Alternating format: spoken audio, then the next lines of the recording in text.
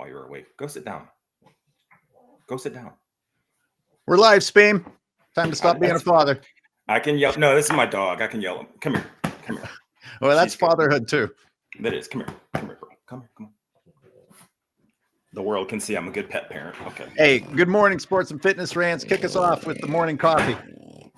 Yes, that's right. You guys know the deal, man. Once again, you guys know we got the Friday afternoon for me, the Friday morning for some of y'all out there. My man dissolved the video footage AOH. We got my man Speam in the house. I know 93 Zay is supposed to be coming through. So shout out to everybody that's already in the chat. CJ, AC24, Rookie 305, Masculine, MJ, Mick Zuggins, shout out to all you guys that's already come through. Thank you very much. You guys know the deal, man. Let's roll. Yo, Renee. Yo, everybody. Nice to have you in here and waiting already. What up, Chip? Shout out to Chip Ferguson. How you doing this morning, Speam? Awake and happy to be alive, gentlemen. Awake. Mika and I say hello. People on these French bulldogs, dude. Goodness gracious. Hey, I rescued mine. It's not her fault. She snores all day, while she's awake.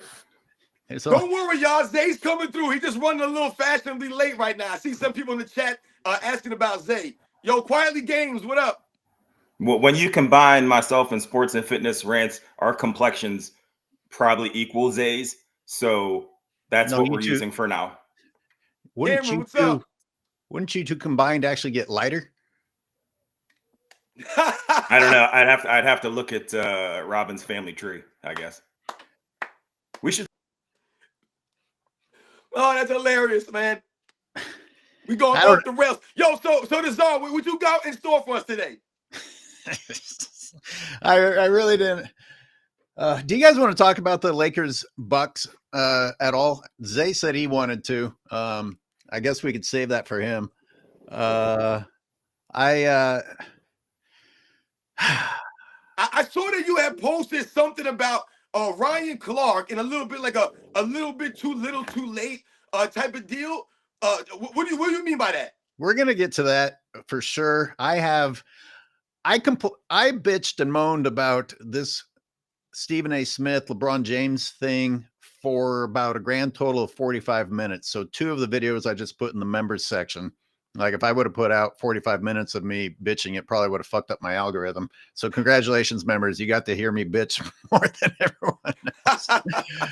But I do want to talk about Ryan Clark because, it works together. Robin, you talk a lot about these guys today don't know what hate is. They don't know what racism is. You don't know what going through adversity is. And I very painfully was listening to Rich Paul's soundbite, and I started thinking this guy's never actually faced adversity. Like, are these guys faking that they had rough lives? Because I was thinking he called what Ryan Clark said hating on Bronny and LeBron. And I had just finished putting up my video in which my stance was that Ryan Clark actually sucked them both off for 75% of it, and then just said, hey, let Bronny fight his own fights. And the other one was, you haven't called out other people the way that you called out Stephen A. Smith. These are both legitimate points and not really very mean or disrespectful or anything. And the rest of it was compliments, just like Stephen A. Smith does his bits. Like 75%, like throwing rose petals in front of LeBron James to try and say something slightly critical. And this is what we're calling hate now? Ryan Clark, for a tiny little bit, gets real. And then I started thinking how disrespectful that is and how out of touch with reality it is. If you were to take into consideration some circumstances like you were talking about, Robin, people that actually experienced hate, is it not disrespectful to now just lump anything at all that you don't like with the word hate? I mean, hate's a pretty big deal. That's a pretty big accusation. And now anything that isn't exactly what you want to hear is hate. Go ahead, Robin. Right, AOH, absolutely. Because what you're alluding to is when people keep using the word hate the way that they use it, now what have they done? They've devalued the word. Now it has no meaning now. Now we know whenever I hear or see someone write that in the comment section, I know they have nothing to say. I tell the people the same thing. If you put hate in any comment or you start saying, oh, you guys are just a bunch of haters on the Sunday show, blah, blah, blah, blah, blah, then once again, that once it lets me know that you have nothing to say or to dispute about what we're talking about, because that word, you do not understand what it means. You guys are using it out of context, and you guys once again have devalued that word hate. I tell people all the time, this is not about hating any of these players. I don't hate LeBron James. And why don't I hate LeBron James? Because once again, I don't care enough about him to hate him. I don't know him personally. Why would I hate LeBron James? I don't wake up thinking about him. I don't hope that something happens to him or his family. I don't hope anything bad happens to him. I don't want him to have an injury out there in the court. I don't want nothing that bad to happen to LeBron James. I don't care about him that way. I don't respect LeBron James. Once again, respect and hate are two completely different things, man.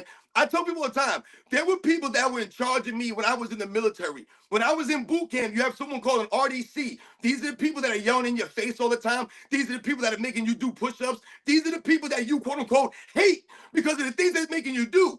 But you might not like them, but damn it, I respected these people, man. And once again, I remember my RDC to this day. And why do I remember him? Because I respected him, the way that he went about his business. This man's uniform was always crisp. He was always on time. He always knew what he was talking about. These are the kinds of things that earned my respect from him. So it's not about liking or not liking someone or hating someone or not hating somebody. I don't care enough about this man to hate him or not like him. It's about the respect factor. So like you said, Airways, you're going to keep throwing that word out there. It's lost its meaning. Speam, what do you think about that? Well, it's not that different than when LeBron said, there's all this weird energy being put out. So now criticizing or having a critique on somebody is weird energy, which is like the dumbest blanket term I've ever heard. It's also not that different from when Ben Simmons sat out an entire career because of his mental health. He wasn't shooting. His coach was asking him to shoot. Doc Rivers was asking him to shoot, saying he was asking him to shoot in press conferences. Yeah, he threw him under the bus a little bit, but Ben Simmons deserved that. And for him to say he can't return to basketball for his mental health, like Robin was saying, that devalues people that have legitimate, concerns. I'm not going to put any names out, but I saw a girl on Facebook Live last night taking a bunch of pills. That's a real thing that I saw. That is somebody that I would label as having a severe issue, not somebody who is a billionaire just about. If she was she's a friend. Right now? She's a friend. Damn, how you gotta make that even darker than it already is? Okay, well, dark real quick, man, Steve. Yeah. LeBron is as dark as we're supposed to go on this.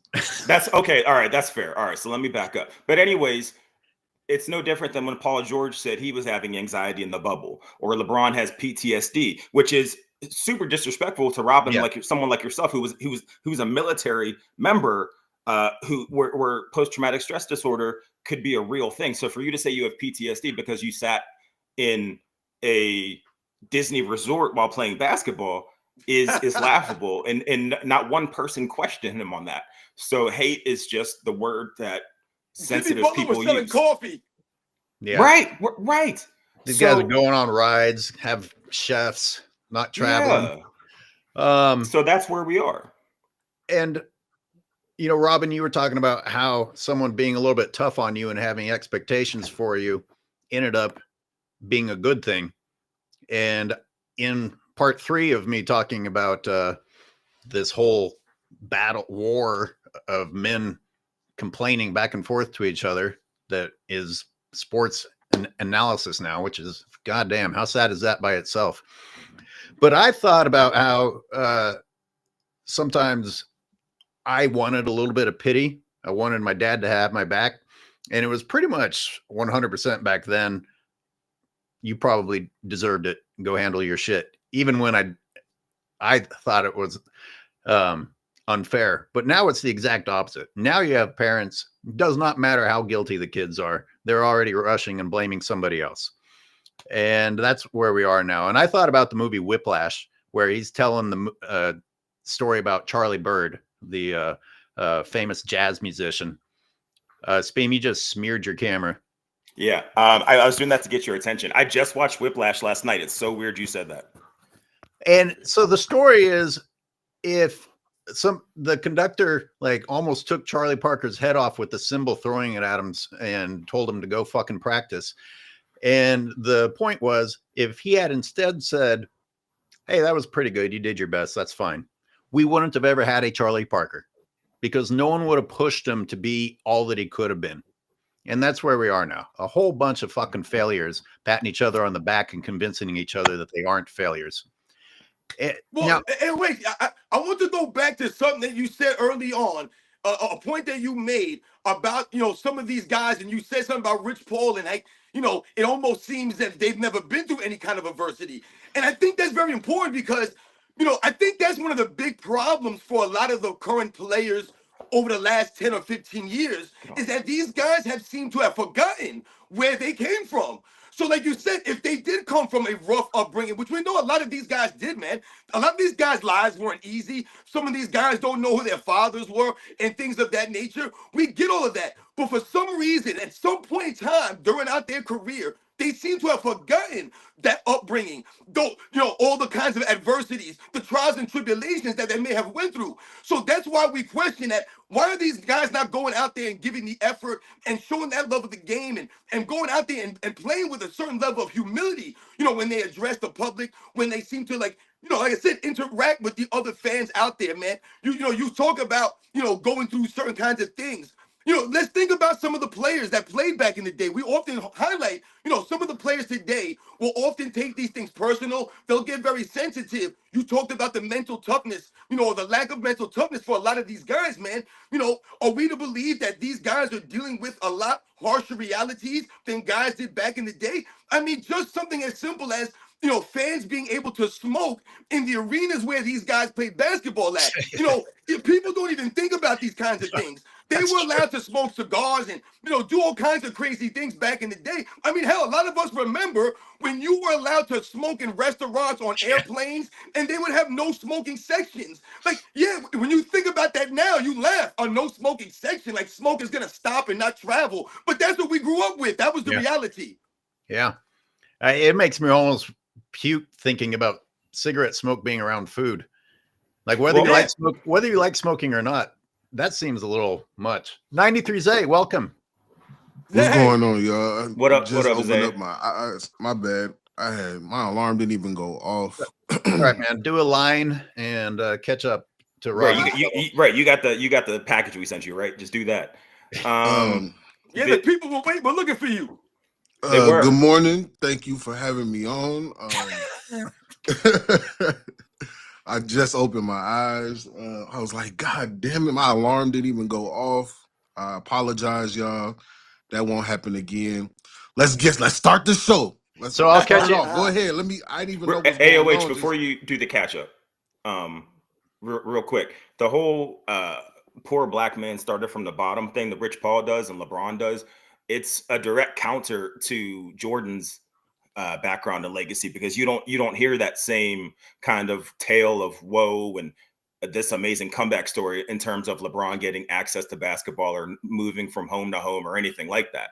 So it's just another way to make LeBron look like a victim, or that he's overcome these amazing odds to get to where he is now. That's why every time you hear Rich Paul speak, he talks about how hard it was. Every time you hear LeBron speak, he's just a kid from Akron, blah, blah, blah.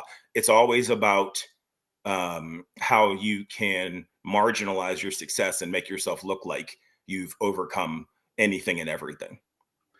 Yeah. You know the funny thing about that, Speam, is that the reality of what you just said is that that's what they promote. That's a narrative that they push, because the reality is Michael Jordan had actually more adversity as far as his basketball career goes That's what we've all been talking about, even from the start. Remember, Michael Jordan got cut from his high school team. LeBron James in high school was driving around in the Hummer, man. All right? So let's understand something. There's two different realities that these men were living. Remember, Michael Jordan wasn't even picked up at the airport when he was drafted. Could you imagine LeBron James not being picked up at the airport? They would have been a news story. They would have fired everyone at the team. They would have been on a national crisis if they didn't. They would have LeBron canceled James the up at flights. airport. They would But have they canceled left all those Michael flights. Jordan there.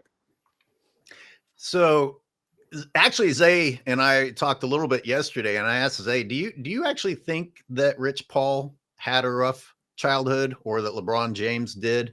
And let me do the whole thing so you have a quick catch up. I was basically saying Rich Paul is overusing the word hate.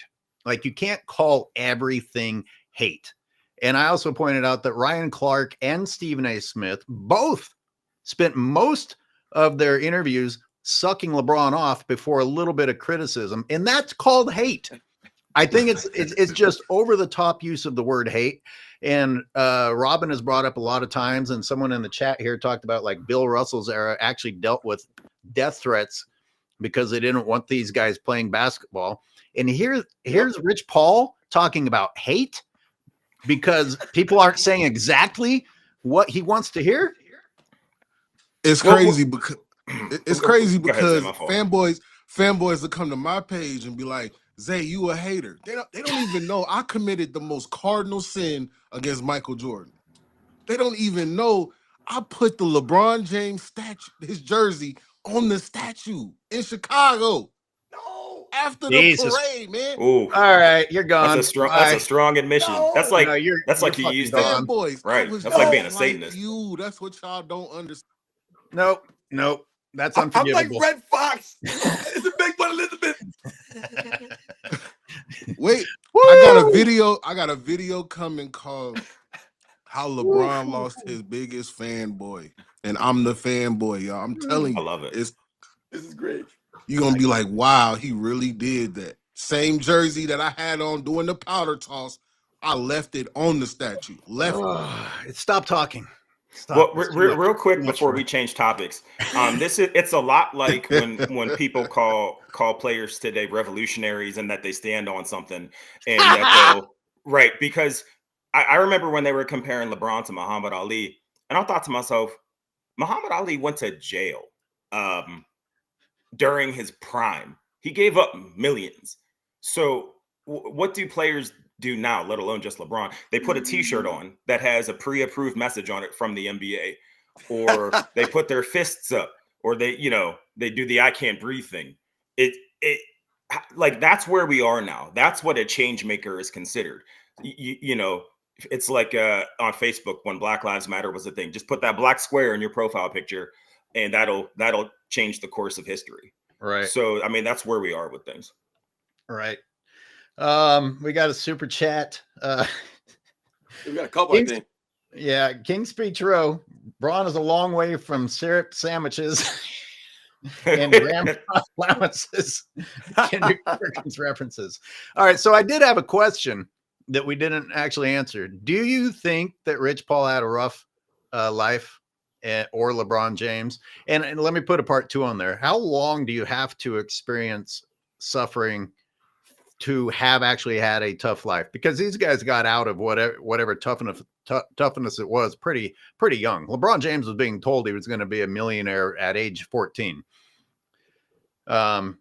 Tough. I mean, LeBron was taken in by a white family, man. Y'all don't even know that. It's true. I don't. LeBron was taken in by a white family and two. What was their name? Marvin Fong. No, what's his name? I had just Walt Disney. You say that like it's default a good thing. That's not always a good thing. All that LeBron was raised by LeBron was at a private school, man. Knock it off, man. I mean, listen. My Jesus, whole I didn't know thing, that. He's a real name is Clarence type of guy. My whole thing with people's upbringings is, like I said, man, I don't judge people the way everybody was brought up is different, man. You guys say I can't judge. I don't know the trials and tribulations. I don't know what's inside people's hearts, what they actually been through. What I talk about with LeBron James and a lot of these guys is they forgot They forgot where they came from. There's no reason to forget where you've come from and to be humble because you came. They call it humble beginnings. That's what they call it. And why do they call it that? Because when you come from something like that, it humbles you naturally because you came from strife. So if you really came from that, then you should understand, damn, look how good I got it now. Let me be humble about this and be thankful I got this. These guys seem to think that, once again, that they have a right to be paid to play in the NBA. And instead of it being a privilege, they think that the fans are supposed to go watch them play and shut up. We can't say nothing. We can't critique them. We can't heckle them. Damn it, the fans could be able to heckle you. That's what they've always done. I tell people all the time, you think about soccer in some of these other countries. They kill people out there. They literally will trample the field. They will trample each other. They'll kill the players. They don't care. They get crazy over soccer, over a game in these other countries, man. And you got guys out here upset because someone said something about your mama. Stop playing the game, man, and playing the victim. Hey, you mentioned being humble, and I just wanted to, I thought it was interesting. Stephen A. Smith and Skip Bayless reunited. Big news, but not really. A lot of people thought, oh, they were reuniting to crush LeBron. Nope, it was a suck-off fest. I mean, honestly, they were complimenting LeBron together. I thought it was disturbing, but here's what I wanted to talk about, the humble part. Whatever adversity these two had and however big their egos are, they both spent time in the show saying, I couldn't have done it without you. And that's just something you don't see today's players do. I don't think LeBron James has given credit to anyone ever. I don't think I've heard him give credit to anyone ever. And here you have like supposed enemies, Skip and Stephen A, at least saying, hey, you did this for me. And the other guy said, yeah, and you did this for me. It worked out great for both of us. You got it. You know, it takes something closer to manhood to be able to admit that other people helped you get where you were. They don't mention Pam and Frank Walker.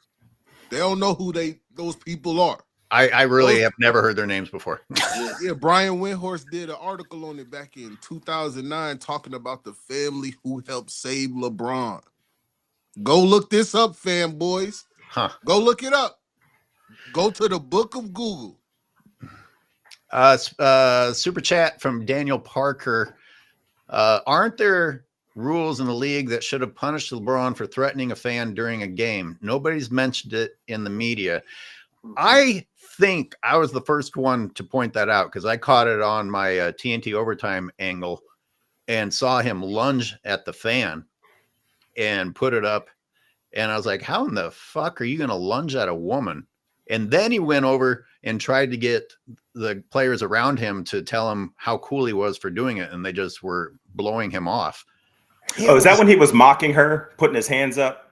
Well, after he went over and got at the baseline with the other players, he started doing this, being like, hey, did you see how I punked that woman? Did you guys see how I punked that woman? You pointed that out in the video. I thought to myself, this is like that big dumb kid that wants to impress all the smart kids in his class. Like, oh, look what I did. Yeah, but then House of Highlights and ESPN. I'm sorry, go ahead. Oh, I don't know how they did it, but somehow House of Highlights and ESPN and all those guys spun it to LeBron had done something good. I would love for the players and the fans to have that interaction, man. But that's what we're talking about. The players today, they try to play the victim with the fans. Don't play the victim with the fans. If they're heckling you, if they're saying crazy things, you have two options. Once again, you can either ignore it and be a professional, go about your business and play the game, or you can choose to engage in a manner which you try to make them look silly. Like a lot of guys back in the day, throw it back in their face, man. They want to trash talk you, go out there and slam dunk on one of their players. Go out there and show your skills. But to make it seem like that, oh, they said this to me. How dare they? Oh, to play the victim with these people is laughable to me. Because like we said, are we to believe that people back in the day didn't hear crazy things? No, you had professional hecklers at some of these games. This is what some of these people come to do. I told you, man, there's only a couple ways that people go over the line. If someone puts their hands on you, they do something crazy like that, man, all bets are off. You do what you got to do. Someone spits on you or something like that, they throw a drink on you or something, man, you go, I don't give a damn what you do. That's fine. But people are saying words, stop it. So I haven't seen a lot of players have fans get kicked out, but I remember when LeBron had that woman kicked out, she was mock crying, and the reason Oh, they that was cited hilarious. was that she made fun of his son or referenced his son, and that gets me thinking. So that is a chump move in my opinion, because if it's words, right? But I'd like to know what happened with that family, like what the follow-up was with that, because to me it's like, well, if this is why I'm getting escorted out, i I mean, your organization's in trouble, that being the Lakers. You shouldn't have that power because somebody said something. And That's wild to me. that's the difference. You know what Jordan gonna do when a fan is heckling him? Dunk Score. on dunk Yep. on somebody. Hit a jumper. Shut up. LeBron James is going to get the referees and pointing them out, saying, "Get them out of here. They hurt my feelings. He grabbed him by Get his them out of arms, eh? here. I'm leaving. They took my cookies away. They took my ice cream away. I'm out of here. Don't talk to me until I get my cookies and ice cream back." That's So the difference. Zay Come has on, man. Lil Cookie James. Knock it off, fanboys. Yep. Zay has requested that we talk about the cookie thing. He did a video on it. And I think it's interesting because it's been like an evolution. I first heard about the cookie thing like quite some time ago, but didn't really understand. It's like, oh, they have like a cookie as a side of their meal flight, and they took that cookie away. And then I heard Dwayne Wade's interview a week or so ago, which was really pathetic. I'm going to do a whole video on that soft ass. But he was like, he pointed out that LeBron was really upset about it. And then Zay, what was the latest one that you were referencing?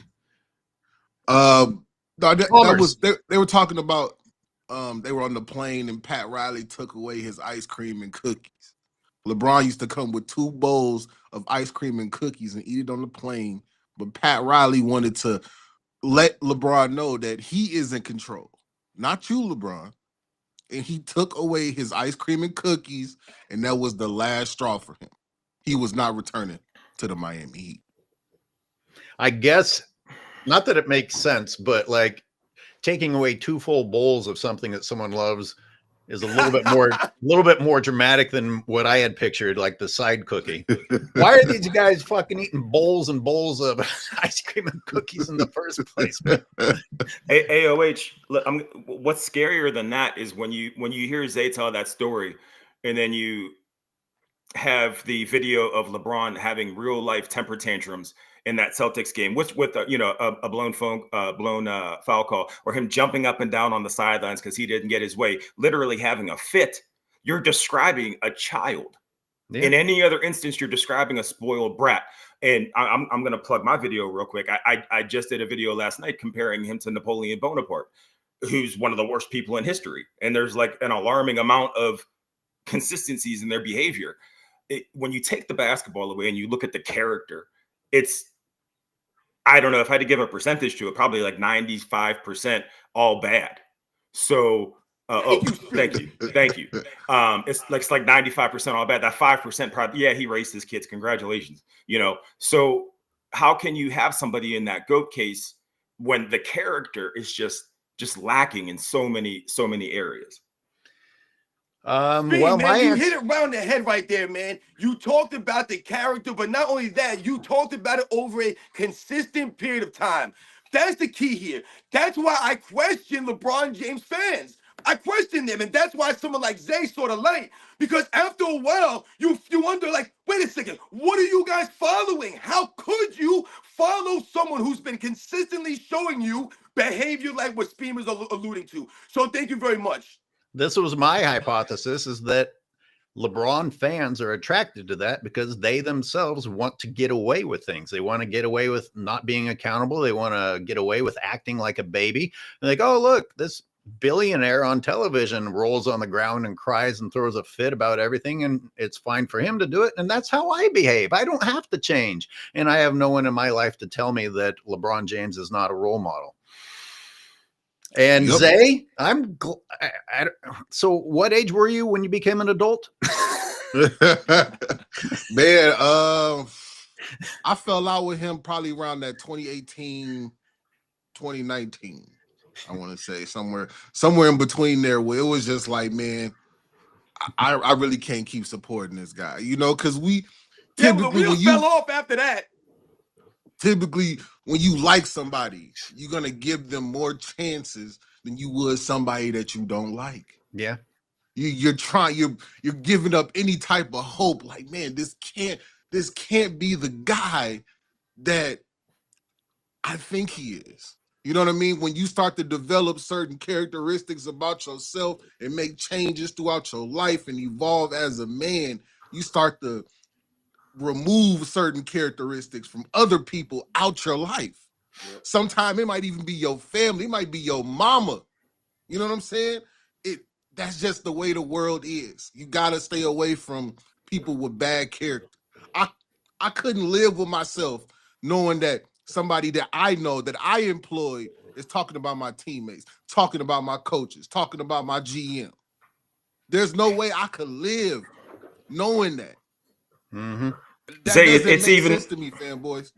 It's even crazier than that. If you look at the flop that AOH posted, and unfortunately it got taken down. If you look at that flop against the Celtics, how can you look at that and then put a person that does that in a conversation of anything great when they're documented saying they don't do that behavior? They're documented saying, I don't flop. I've never been on a team that flops. Yet there's probably more evidence that he's flopped than evidence that he's great, if you really think about it. And there's also evidence that they're taking flopping classes. They were perfecting flopping. Yeah. And speaking of, I saw Dalton Connect foul baiting and yelling at the refs last night. Like, even the rookies don't have to earn the right to get to that level. I mean, it was bad enough that Austin Reeves is doing it. Dalton Connect can do it now.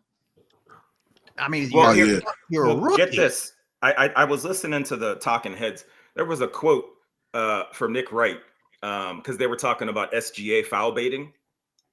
I lost the quote. Never mind. It's gone. But the fact was they were complaining. They showed a graphic of fouls that SGA's had over the course of, I forget the amount of time. And I thought to myself, how can you sit here and consider yourself a professional complaining about foul baiting when the person that you worship, if you put that graphic up of how many fouls he's baited out, I don't even know if there's a number for that. I don't even know if they have somebody in the office that can do that kind of calculation. So again, there's nobody saying, well, wait a second. Look, all these stats you're putting up about, baiting and flopping and all this stuff, LeBron supersedes that by a mile. So how can you sit here and talk about this? Man, yesterday was my team is baiting fouls. The entire team benefits from playing for LeBron James. This is what we've been talking about. Is Oklahoma City a plus 1,000 over the last 2 seasons at the free throw line? No, they're not. That happens to be the Los Angeles Lakers. So these guys have no business mentioning free throws with LeBron James and his career at any given time. And this is not only just on the Lakers. I've done the numbers. I've done videos on this. Go back and look at LeBron James teams over his career, man. They're always towards the top in free throws attempted and fouls in their favor. That's just the facts, man. And it's look, y'all. It was my first time yesterday watching the TNT OT game, and my God, I kept hearing "hey" so much. I kept opening up my door. I'm like, what the fuck? Is somebody yelling for me? What? Thank you. Hey. Now you know why I'm making those videos. Oh my God.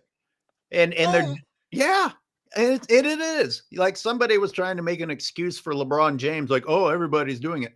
Yeah, it's kind of true. But I tell you what, it is as true as that is, it's not as bad as the Lakers. And Zay, did I hear you correctly? You were watching the TNT OT angle? Yes. Do you also not see that after every play, it's a Laker up in a ref's face, and during every free throw, they're up talking? They do not miss one opportunity to be planting their shit in the ref's minds. And I'm not seeing the other teams do that. Maybe I'm wrong, but I'm watching. This is what my eyes are telling me. Hey, it's unbelievable, man. Like, I'm watching Luka shoot 8 free throws in the first quarter. Like, Luka gets to the paint. This is the same sequence every time.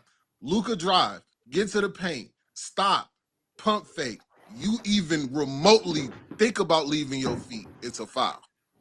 If you even just get Smoking on your on tippy toes, it's hay a foul. in the middle of the barn.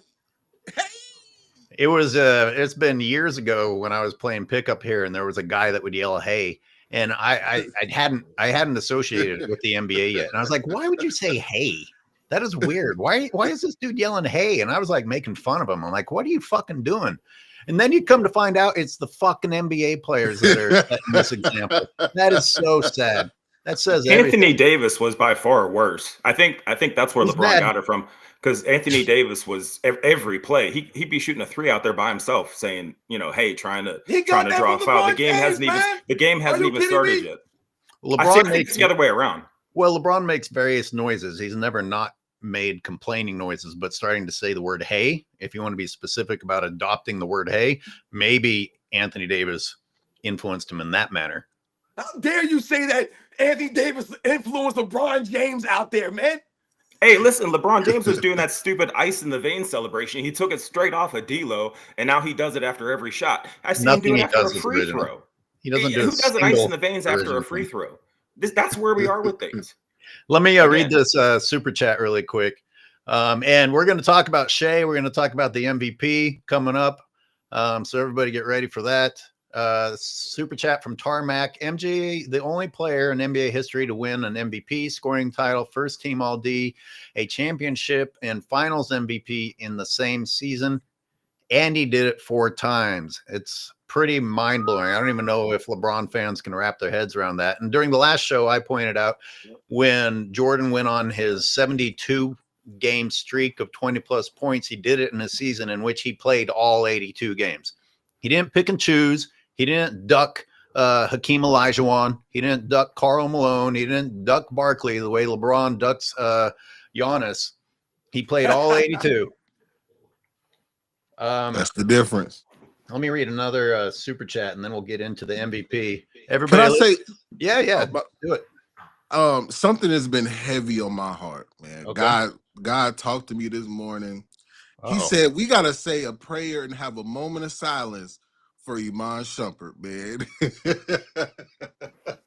Iman Shumpert, bless his he's heart. down to his dick and balls. That's all he has left after the divorce. Did y'all see what Tiana Taylor got in that damn divorce? To be fair, Tiana Taylor, she is in one of the greatest music videos of all time. So I don't know. My God, she got 4 homes worth $10 million, a 7-figure payment, 3 luxury cars, a Maybach. She has a lifestyle. She has a lifestyle she has to maintain. She has to strive for greatness. A tour bus. She maintains complete ownership of her companies, and he got to pay $8,000 per kid per month. That's God damn it! Oh my God! Got to maintain that lifestyle, Zay. Why don't you understand that? That's karma for Iman fucking telling lies on LeBron's behalf and flopping all over the court when he was a Cavalier and having that stupid high top box haircut. That wasn't bad. I liked that. That's Iman, if you listening, I'm speaking from a place of jealousy. Don't mind me. Iman, if you listening to this show for some reason, go get your sniping license, man. It's time. You got crazy, man. You got to go get your sniping license. Hey, that's probably over the line, but I understand it. It's a joke, y'all. You know I'm playing, but you know I'm crazy. He means metaphor as a sniper, as someone who gets the ladies, just to clear up the YouTube. Right. I looked at some of the divorce laws and what happens to men in a divorce, and I was like, no wonder wives disappear. I mean, you're not leaving people much choice what you just said is happening to Iman actually makes me feel bad for him. That's kind of crazy. Like, what does he have left after that? I don't think he made crazy money in the NBA. That's a lot of assets that she got, man. Jesus. They had that TV show, didn't they? Yeah, they had the TV show, but God damn it, that shit'll make me sick. I'll be walking around like Pookie in New Jack City, like, oh my God, Lord.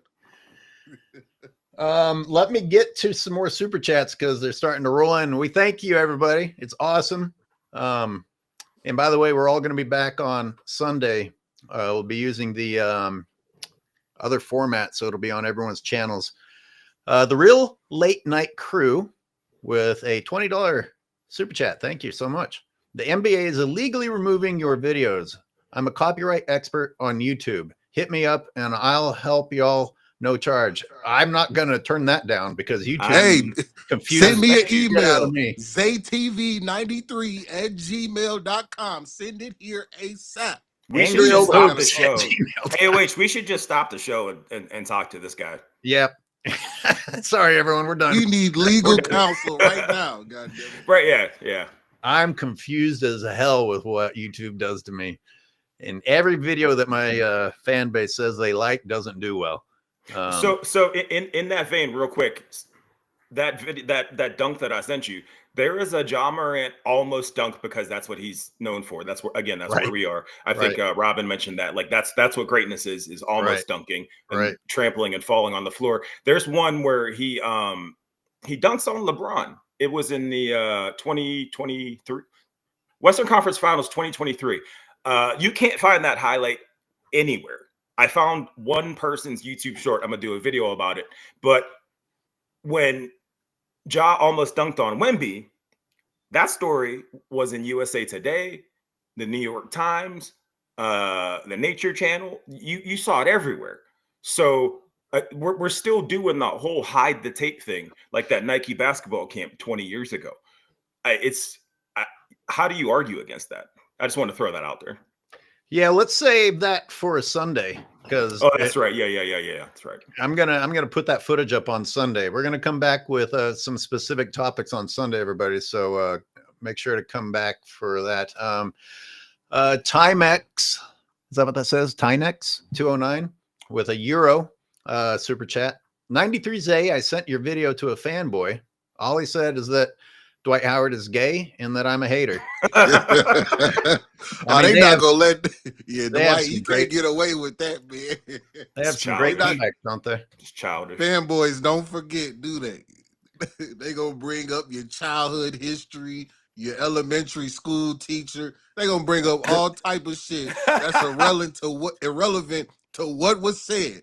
Fanboys, you call Bronny James out to play defense. You push him to play defense.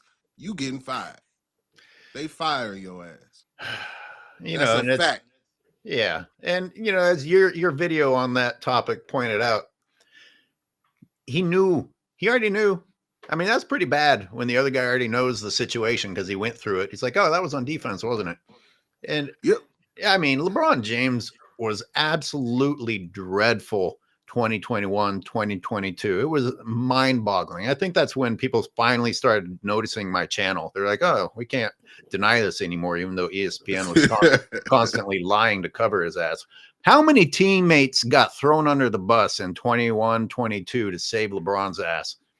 How many teammates has he had? Just how many teammates has he had? That's the number. LeBron won. He was second team all defense that year. That's fucking ridiculous. You know what's funny? When you think about these stories that you guys just mentioned. You're talking about cookies and ice cream. You're talking about not playing defense. You're talking about these are silly things that an all-time great player should be having to deal with. You don't hear these. What are the stories you hear from Michael Jordan? You hear that he was fighting teammates, that he was being too hard on teammates, that he was making practice so intense that these guys said that sometimes the games felt easier than the practices were. You talk about the standard he was holding his teammates to. I remember Craig Hodges told a story that when he was on the Chicago Bulls from 1989 to 1992, he was on the Chicago Bulls team that won in 91 and 92. He was on that Bulls team for a couple of years. He said that every year that he was there, he never saw Michael Jordan lose a suicide sprint. And he said that other guys like Scottie Pippen and Horace Grant, some of the other younger players, they were trying to beat Michael Jordan out there in practice. But Michael Jordan wouldn't allow them to beat him in a suicide sprint. That was a standard that Michael Jordan held. You don't hear those stories from LeBron James. You hear about ice cream and cookies. Goof stories. And lack of practicing. They don't practice. Man, they do not practice. LeBron does not practice with the team, man. I keep trying to tell y'all this. There's a difference. There's a standard. Kobe practice. Jordan practiced. This guy does not practice. Well, that's not true, Zay. You've seen his workouts on Instagram. That's real. That's all he does all day. I don't want to Those see are him doing legit. Pilates and yoga and shit, That's man. fluff. He was The doing most fluff suspect workout. workouts ever. The most suspect workouts ever. That's not a $3 million workout that y'all No. speaking about. Come on. Using a total machine. Get out of here with that. You crazy. Didn't I see Serena Williams advertising for that? Stop it.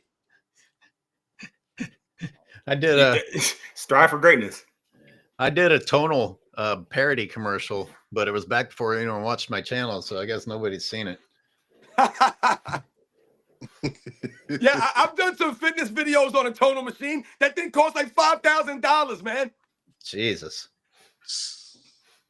We're going to talk about Shea in a second. I saw a couple more super chats to run through. Or well, hey, while you're looking for that, the one thing I did notice is the ESPN's going on and on about the Lakers' hard schedule, right? And with LeBron sitting out, and they're showing all the teams they're playing. And I thought to myself, okay, but when they were winning, it's not like they are propping up all the teams that they beat who had under 500 records. Right. So nope. What? Yeah. So that's never mentioned. It's clear as day. And how many times has Kendrick Perkins been on TV this week? I haven't seen him. LeBron's not playing. So is there? And correct me if I'm wrong, anybody in the chat, but he's not there when LeBron isn't playing. That tells you everything you need to know. Hey, go ahead. My bad. Nah, you ain't. Go ahead. You ain't never lied though. I was gonna. This will probably derail us. I thought it was funny me watching the TNT overtime app of the Lakers Bucks.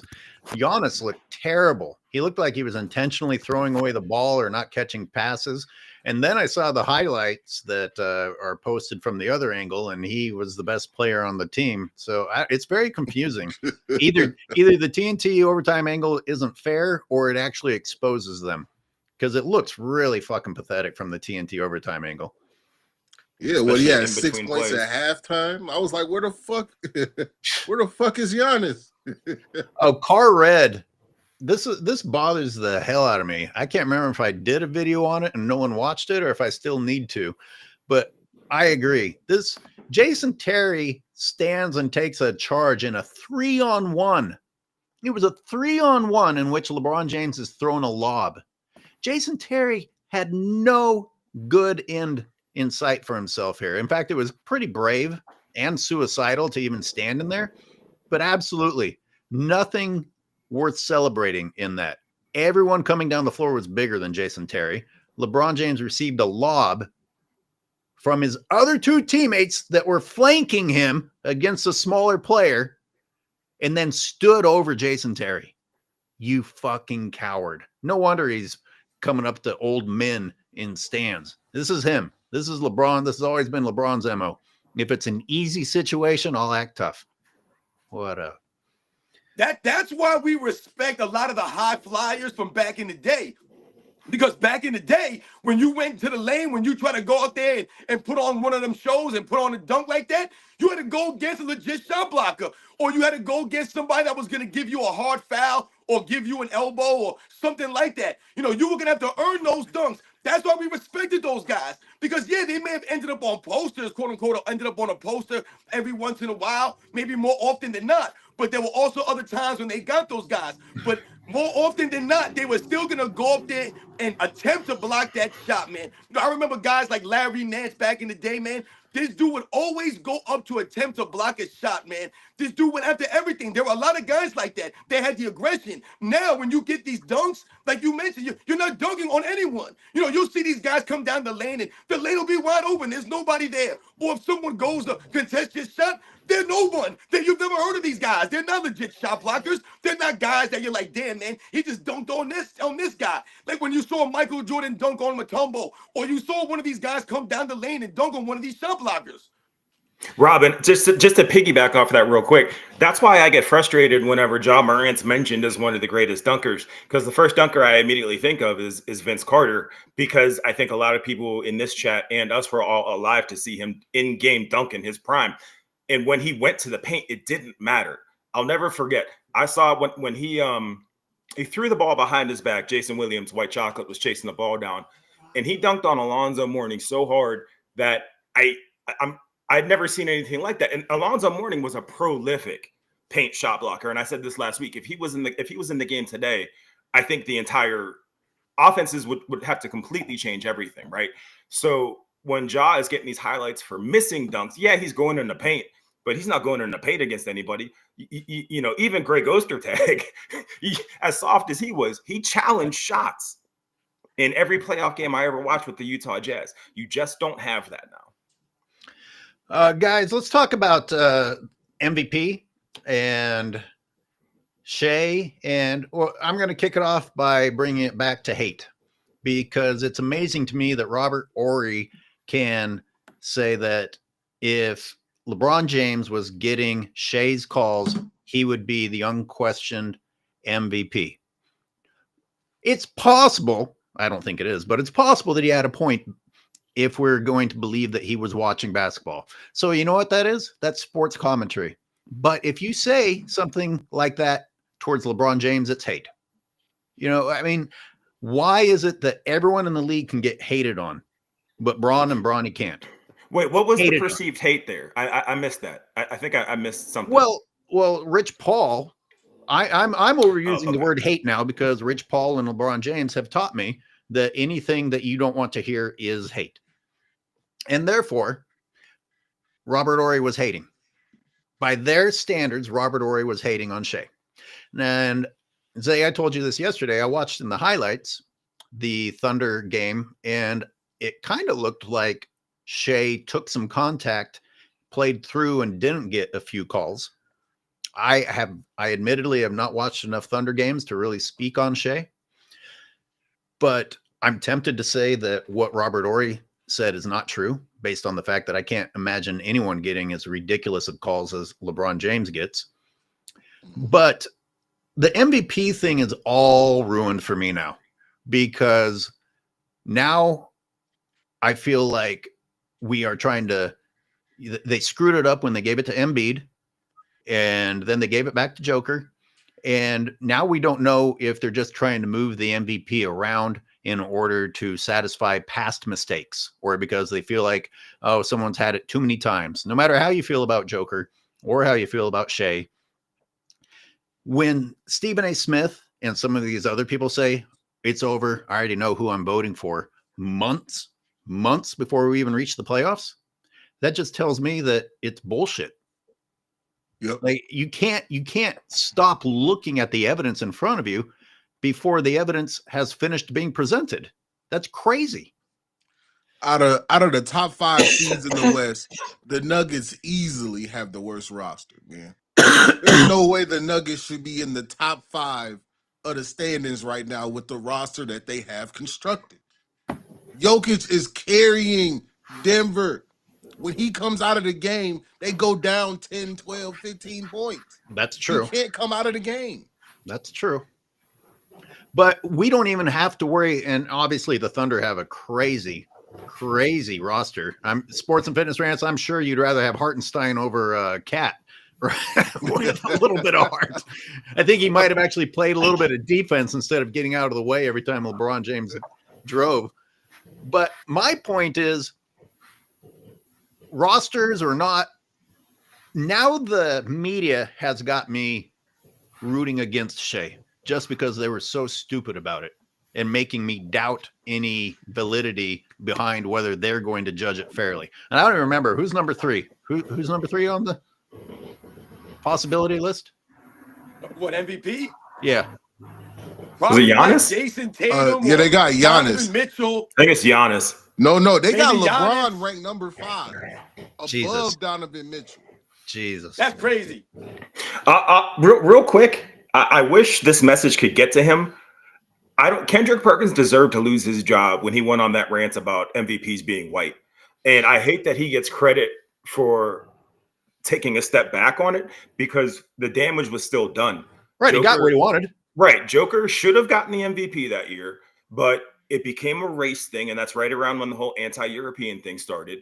So I don't know, like, you should lose your job saying stuff like that, because what the stats that he gave were incorrect because ESPN came out and said that. He didn't have to like apologize or anything. It was the weirdest. It was the weirdest thing because in most professions, when you have that kind of purview, when you influence that many people, usually there's a consequence when you just give flat out wrong information. Yeah, absolutely. You don't even have to get to the listen, race. Man, I don't even want to go down the rabbit hole here, man, because I'm not even going to get started with the Nikola Jokic thing, man, and the MVP awards and SGA and this guy and that guy, man. But once again, they've lowered the standard we're lowering the standard for Nikola Jokic versus a lot of these other guys, man. When we talk about his teammates, once again, how great is Nikola Jokic if we're always focused on his teammates? We're doing the LeBron James with Nikola Jokic to a degree here. Also, when we talk about how soft this era of NBA is, we talk about what? The lack of big men, the lack of overall game, the balance of the NBA. Well, Nikola Jokic happens to be a center in this weak, soft era of NBA that we're talking and hyping him up in. And there are no legit centers in the NBA like that. The center position has been phased out over the last 10 years or so. So we've talked about the competition that Nikola Jokic is going against or is not going against. I think we all can't argue that the lack of overall center position right now over the last 5 years or so also helps Nikola Jokic put these quote-unquote numbers up. We all laugh about the numbers in this era. So the numbers to me are pretty much irrelevant. But if we think about the numbers that Nikola Jokic is putting up, though, he's not leading the league in anything. I get it, man. He's top 5 in this. He's top 5 in that. He's top 5 in this. He's not leading the league in anything. He's never led the league in anything. He's never played 82 games in a season, Nikola Jokic. SGA's only missed, I think, 1 or 2 games this season. He leads the NBA in scoring. He leads the NBA in win shares. He, once again, is leading the best team in the NBA by a mile over the Denver Nuggets. So when we talk about guys like what's his name, Chet Holmgren going down with a severe injury at the beginning of the season, did anybody make any excuses for SGA and Oklahoma City Thunder? No. They lost their second best player and they didn't miss a beat, man. He kept the team doing what they do and he kept them rolling. Jalen Williams just went down. Is anyone making excuses for SGA and Oklahoma City Thunder? No. They just keep rolling. They just keep winning games. So we have to give SGA a lot of credit for what he's done over the last several seasons. He's earned the conversation or to be in the conversation for MVP. For me, he's clearly the MVP of the NBA. He's been the best player on the best team. He's been the most consistent superstar in the NBA this season on the most consistent team this season. So I don't know how anybody can have a problem with SGA winning the MVP this year. You don't have a problem with a decision being made months in advance? That's like the Olympic MVP being handed out. I didn't say anything about that at all, AOH. That was my point for him being an MVP. I don't care how they come to that degree. It doesn't matter who gets voted. Listen, as Nikola Jokic has 3 MVPs on his resume, and you got people out here acting like Nikola Jokic is being robbed for MVPs, or he should have 4 or 5. It's laughable, guys. The man's got 3 MVPs. He's got more than Kobe, Shaq, and some of these other great players combined, man. I mean, it's insane for people to act like he ain't winning or getting MVPs or he's getting robbed out here. The man's got 3 MVPs, man. He's winning MVPs because who is he going against? Like you guys mentioned, you couldn't even think of the third guy on the MVP race. He's going against guys like Giannis, Luka Doncic, Giannis, SGA, Joel Embiid. Come on, man. Nobody on this panel is going to argue that today's game is a joke compared to the past. No one's going to argue that triple doubles are meaningless, but that's the era that Jokic is playing in. So you have to, I mean, that's all you have. No, we're not going to sit here and say that Jokic was better than Hakeem or Ewing or anything like that. But when you say something like, oh, Jokic has 3, that's enough. That's like when they gave Karl I didn't Malone. say it's enough. That is what you he's said. not being robbed, AOH. Yo, don't confuse my words, man. I didn't say that's enough. Don't be a goof, AOH. I said he's won MVPs. He has not been robbed of MVPs. It implied like Karl Malone getting the MVP over Jordan was okay because Jordan had so many. No, what I said, he's not being robbed. I've never said that Michael Jordan was robbed of an MVP. I've never used any of those languages. I've never said Kobe was robbed of MVPs or Shaquille O'Neal or David Robinson. None of these guys. Some guys didn't get it. Maybe some guys deserved it more. Maybe some guys' resumes look better. I've never said they're robbed. Michael Jordan not winning in 97 doesn't take away from Karl Malone or Michael Jordan. He got 5 MVPs, Michael Jordan. Michael Jordan only having 5 or quote unquote only having 5 is more on his retirement than on him being robbed. Zay, you haven't chimed in on this yet. Does the media? How can he if Robin's just yelling the whole time? Well, okay, he Yeah, my stopped. bad. He stopped. Don't bring up something that just ended. That's all he does is yell. To clarify, I don't like the media saying that they've already made up their mind before the season's over. That's my main point. It unfairly made me start rooting partially against SGA because you can't do that. Even if it wasn't, I'm not cheering for Jokic either. You can give it to someone else, but the media can't say shit like that and be taken seriously. The argument for Nikola Jokic winning the MVP is that he doesn't have a good team. That's a weak argument. That's not an MVP argument. It's Robin, insane. stick to what I He's just the said. MVP because his team is trash.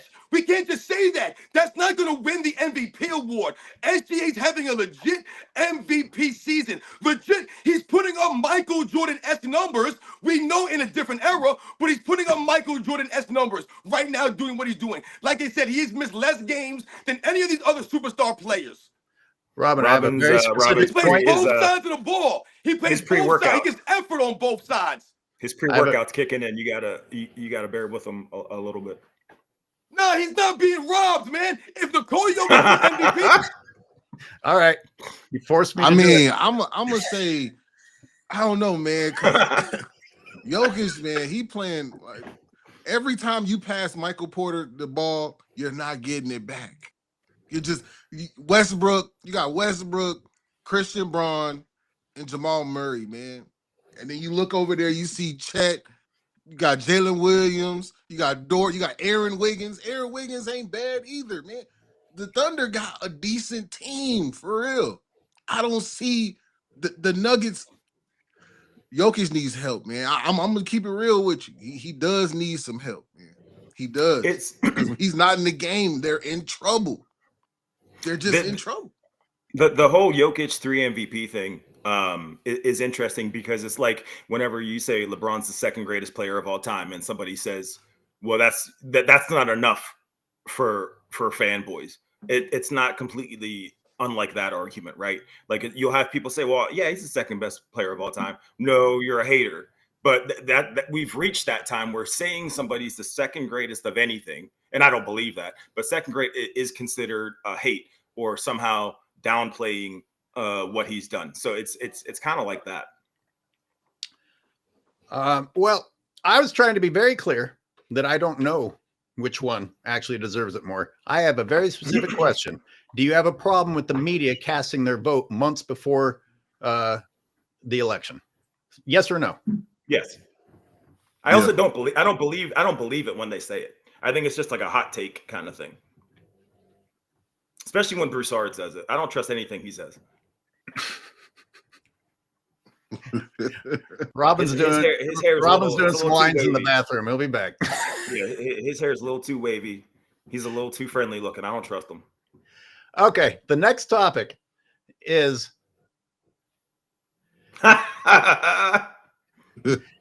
why is it taking these guys 3 times to correctly say what they meant to say the first time that they said it? I have heard Stephen A. Smith go on 3 shows and change his story all 3 times.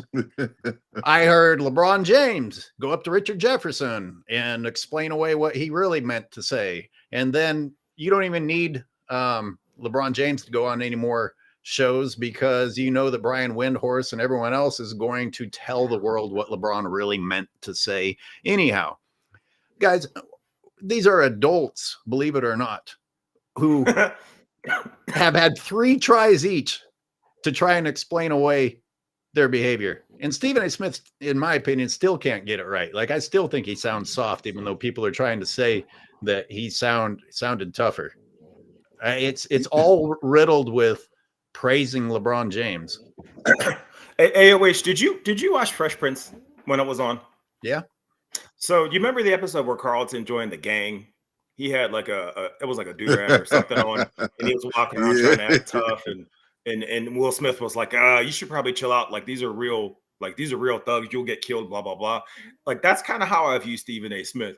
He's so performative in anything and everything that he says, even on his own podcast, which is supposed to be like this BET After Dark, unrestricted comments kind of thing. He just repeats the same thing, except he adds cuss words because to him that gives him an edge and it gives him street cred because his credibility as a black man is always being questioned, especially when Max Kellerman was his partner. So everything he does, and someone mentioned it in the chat, is compromised. That's why in AOH, you brought this up in one of your videos. Yeah, and you brought it up today. Yeah, he'll give some kind of critique of LeBron James, but then it's 90% of just talking about how great he is. So I don't think he's clutch, but I do think that he's compromised, and I think that him and Skip Bayless potentially getting together is actually bad for people like us because they're going to become the faces of the anti-LeBron movement, and they're both already compromised. So it's almost like a Trojan horse kind of deal. They're going to be the ones out there saying LeBron this, LeBron that, but they're corny and their arguments can just easily be diffused. So just that's my theory. The problem, you're right that he's performative, but he's been performing for a long time. So Stephen A. Smith should be better at just saying it right the first time. I mean, he fucking has had to backtrack his own words 3 times, and he's a pro at this. Robin, do you buy anything that Stephen A. Smith said? Some of it, none of it, all of it? I mean, what the hell we're talking about here? Stephen A. Smith. Listen, man, on my channel, I use the word integrity. Integrity. And I talk to you guys about the credibility of these guys and what they say to you because they're flip-flopping all over the place. I told you, they don't live in reality. So you don't know what they're going to say next. We talk about guys like Scottie Pippen. I mean, think about Scottie Pippen, man. Does he have any integrity? Does he have any credibility? This man's all over the place. You don't know what he means, what he's saying, what he's trying to get across.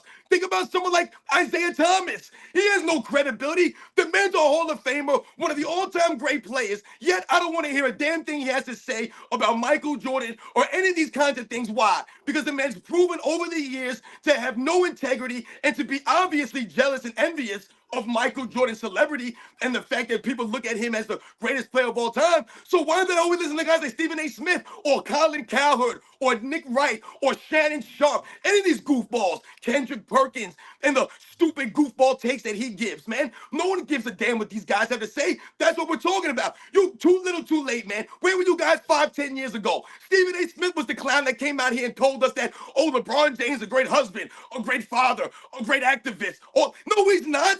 How do you know he's any of these things? How do you know that? You're just saying this stuff. That's classless. That's not honorable. But you're a clown, man. So I don't give a damn what he says. No one should care what Stephen A. Smith has to say when it relates to basketball and stuff, man. He's the goof that's telling everybody, oh, LeBron James right behind Michael Jordan. Oh, God forbid me. Strike me down. I got LeBron James right behind Michael Jordan. Dude, you're an idiot. And No, Robin, it's worse than that. He said LeBron James is the GOAT, ellipsis, right? At longevity. And again, that was clearly just for the soundbite. That was clearly just as like this, well, Stephen A says LeBron's the GOAT, blah, blah, blah. They always leave out the part that's important. They only leave in the, what makes LeBron look great. And that's been a consistent thing because they made a whole story out of it. They said, he's basically surrendering his opinion, blah, blah, blah. But he didn't say anything new. Stephen A. Smith didn't say anything new when he said LeBron's the GOAT of longevity. Everybody's been saying that, even though it's probably not true. And also shout out to whoever said he has that, LeBron has that big beard to hide his steroid bumps. Shout out to whoever said that last week. I want to say something real quick. Yeah. I want some people to understand, man, how much power Stephen A. Smith had like 10 years ago, 15 years ago. I tell people all the time, I was a huge fan of ESPN First Take. When Skip Bayless was first doing his thing, he brought Stephen A. Smith on. He had the charisma. He had the, he seemed to have the knowledge, all these kinds of things. I was a huge fan of that show, man, and what they were doing. But the burden was on them. They had the #1 show on the network. Stephen A. Smith will always brag and tell you, oh, we got the #1 show in our slot, the #1 show. The burden was on them, man, to set the record straight and uphold, once again, the history of the NBA and educate them. The burden was on them. They had that platform, and they blew it, man. And what I'm talking about is what I just said. It was on them to tell us that LeBron James is not right behind Michael Jordan, and to bring up the Larry Birds and the Will Chamberlains and the Bill Russells and the Magic Johnsons and the Dr. J's and the Jerry West and the Oscar Robertsons and bring up the Tim Duncans and the Kobe's and the Shaqs, all of the guys that played through our NBA's history, bring their names up, bring up their careers, and highlight what they did to say, hey, listen, man, LeBron James still got to go, and we have to have a debate and an argument with those guys. That's one of the reasons why I started my channel. All of a sudden, one day I woke up and they're telling me LeBron James right behind Michael Jordan. And I'm like, wait a second here. What happened to all the other players? We're not even having this debate. And ESPN first take, Stephen A. Smith, man, they're the guys that dropped the ball on that. Yep, that's true. So with that in mind, considering that one of LeBron's haters or critics, Stephen A. Smith, is really one on LeBron's payroll, does anyone think that it's possible that this was staged in order to create this idea that, oh, look, Stephen A. and LeBron are enemies, when in fact they're not? And everyone's now supposed to be convinced that, oh, look at who LeBron has to deal with, these people that hate on him. And Zay, I haven't heard from you in a while. You think any chance in hell what I just said is true? I do. I could see it, because LeBron James needs somebody to be. He needs to be the victim, should I say? He has to be the victim in the situation. Always. That's the problem. Like, LeBron, you're not above criticism. We go through the McDonald's drive-through, and if our order is late, we criticize him. You go anywhere in the world, you're being criticized. Your son is not above criticism. Word. Nah, that's a great point, Zay. You talk about playing the victim, man. That's the classic LeBron James, man. You know, LW posted something the other day with LeBron James on his knees, and you were talking about how he always ends up in that position, man. And that's playing LeBron James, man, playing the victim. I mean, there's honestly, so many places. I want this video. Go with it, Speam. Go with it. Yeah, I'm not going to. I don't think it was staged. I think LeBron's ego got the best. I think he saw Stephen A. and he was like, well, if I don't say something, I'm going to look like a bitch, even though I already am one. I hope that's what his inner monologue said.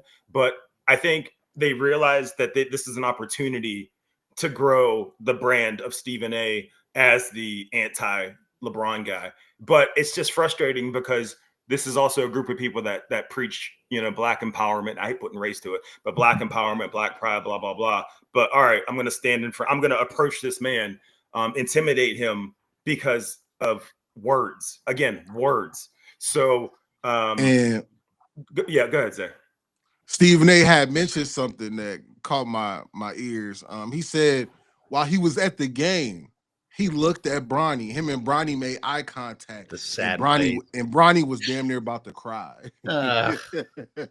Where'd you hear that? Where did you hear that? I never heard. Stephen A. said that was on the Gill. That was on Gill's arena. He said, Bronny looked at me. He looked so sad. He looked like he was about to cry. Jesus Christ. Man. That's why my thumbnail of the video is the sad face that started a war. It's such bullshit. How many times can you look at the bench at anyone and say that they don't look happy? I mean, it's so stupid. Jackson Hayes doesn't look happy. He just looks confused. He looks like he has trouble breathing is what he looks like. No, I remember I said it looks like he doesn't know how to read. Like, how does somebody look like they don't know how to read? But he does.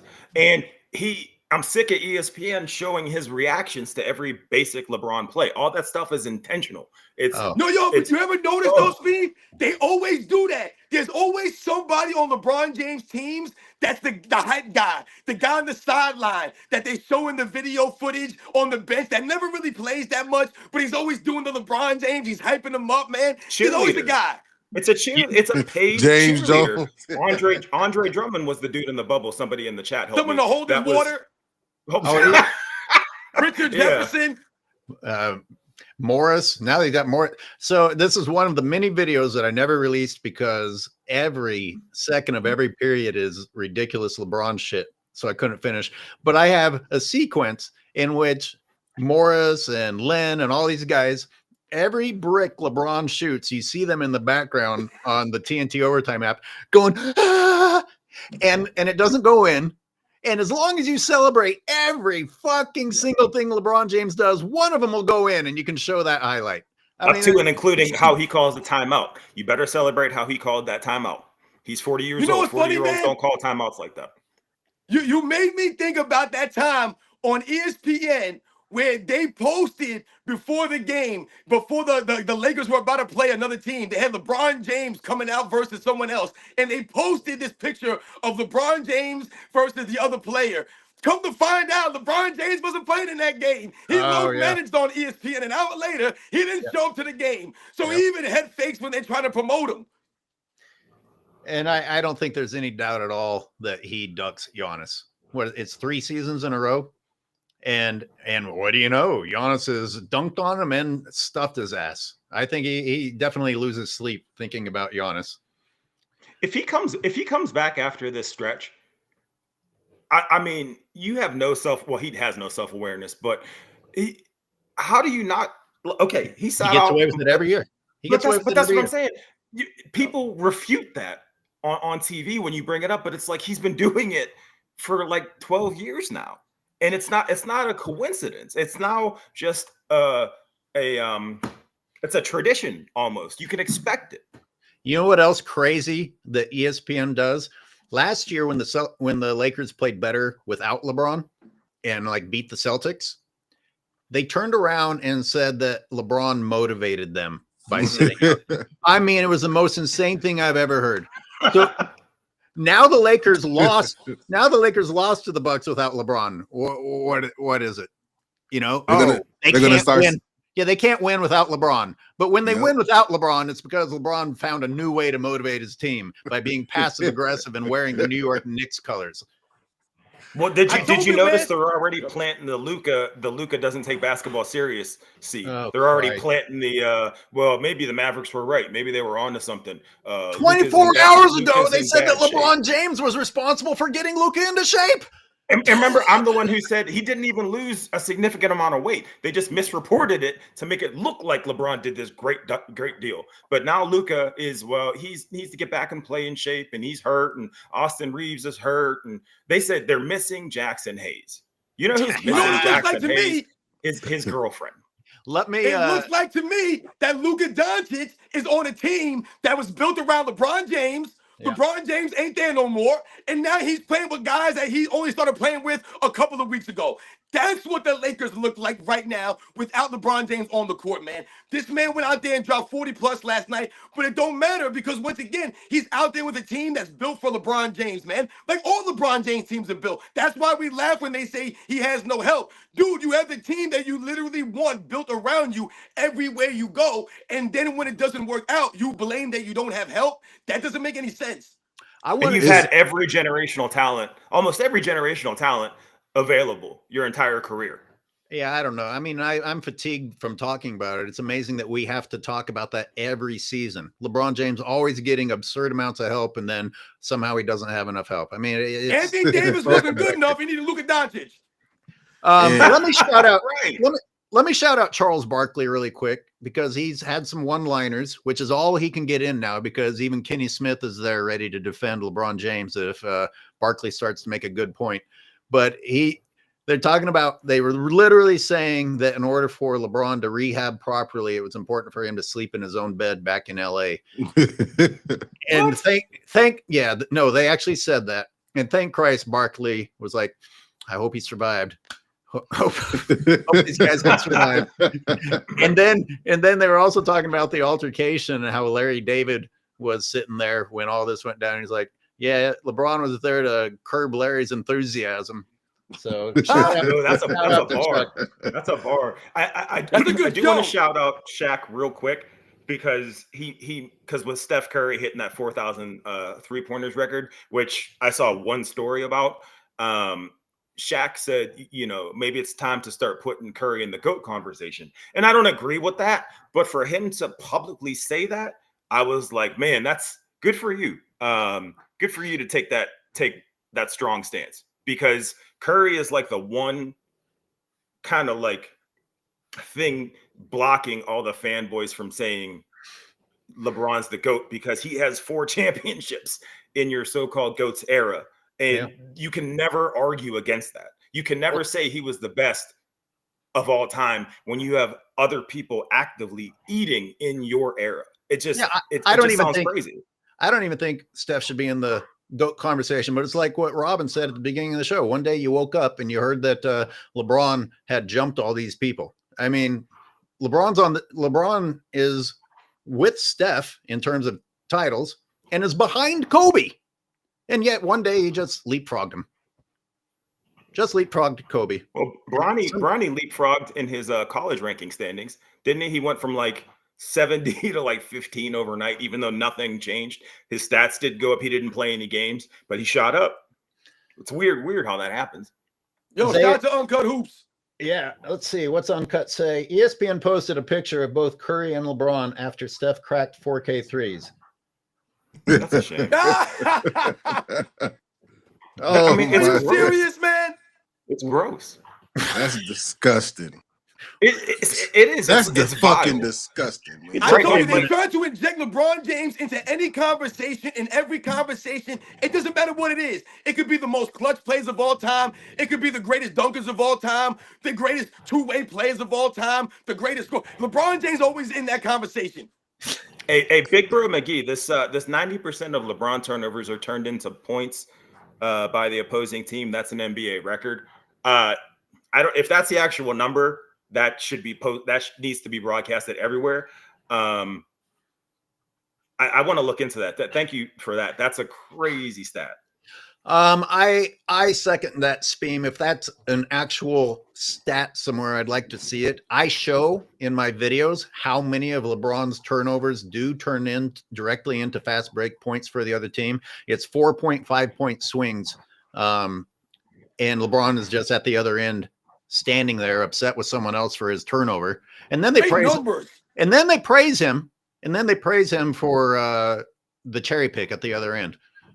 Because he turned the ball over and didn't get back on D. That's the insanity we live in. But if it's in fact 90%, and this is a record that somebody actually broke down, please post your source. Please. Zay, you've been quiet. Look, so I want to say we're living in Curry's era, man.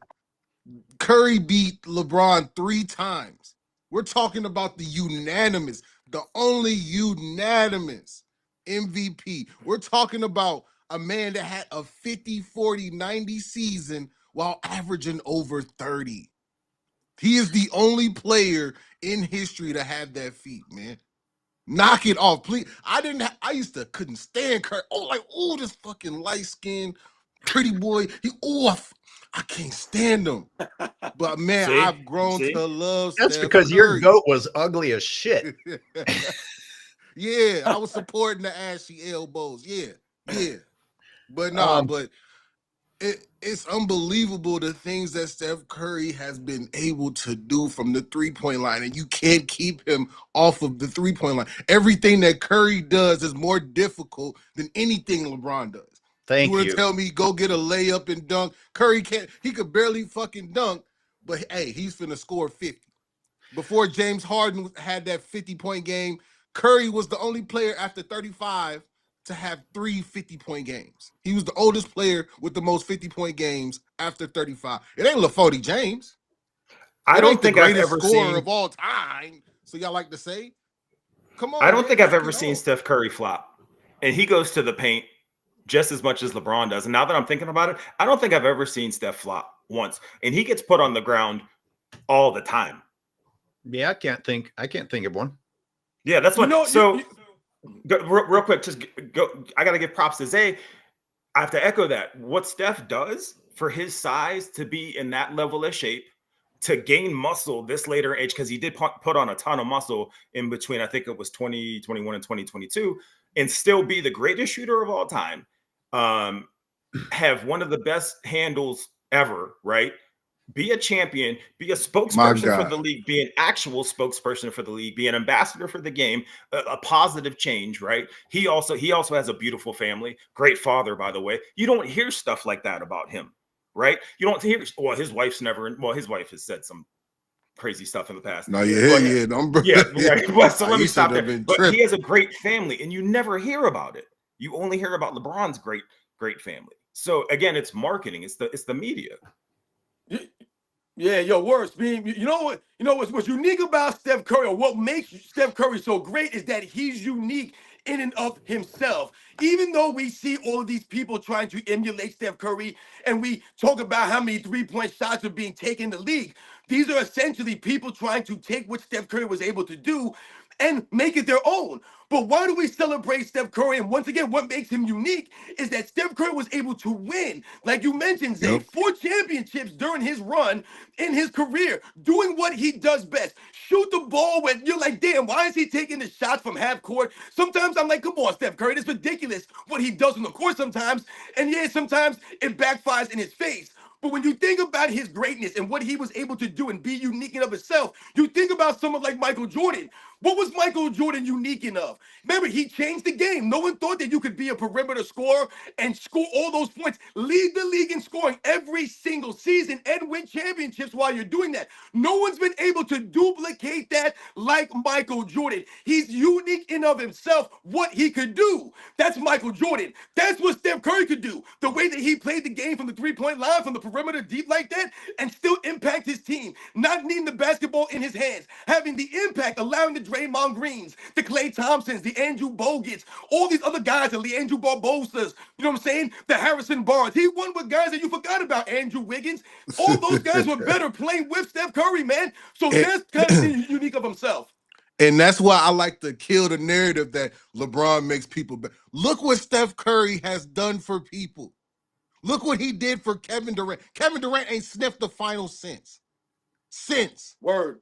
He turned Andre Iguodala into a Hall of Famer, man. And let me say that Steph, as a little guy, gets into the paint. Like, he makes difficult shots against giants.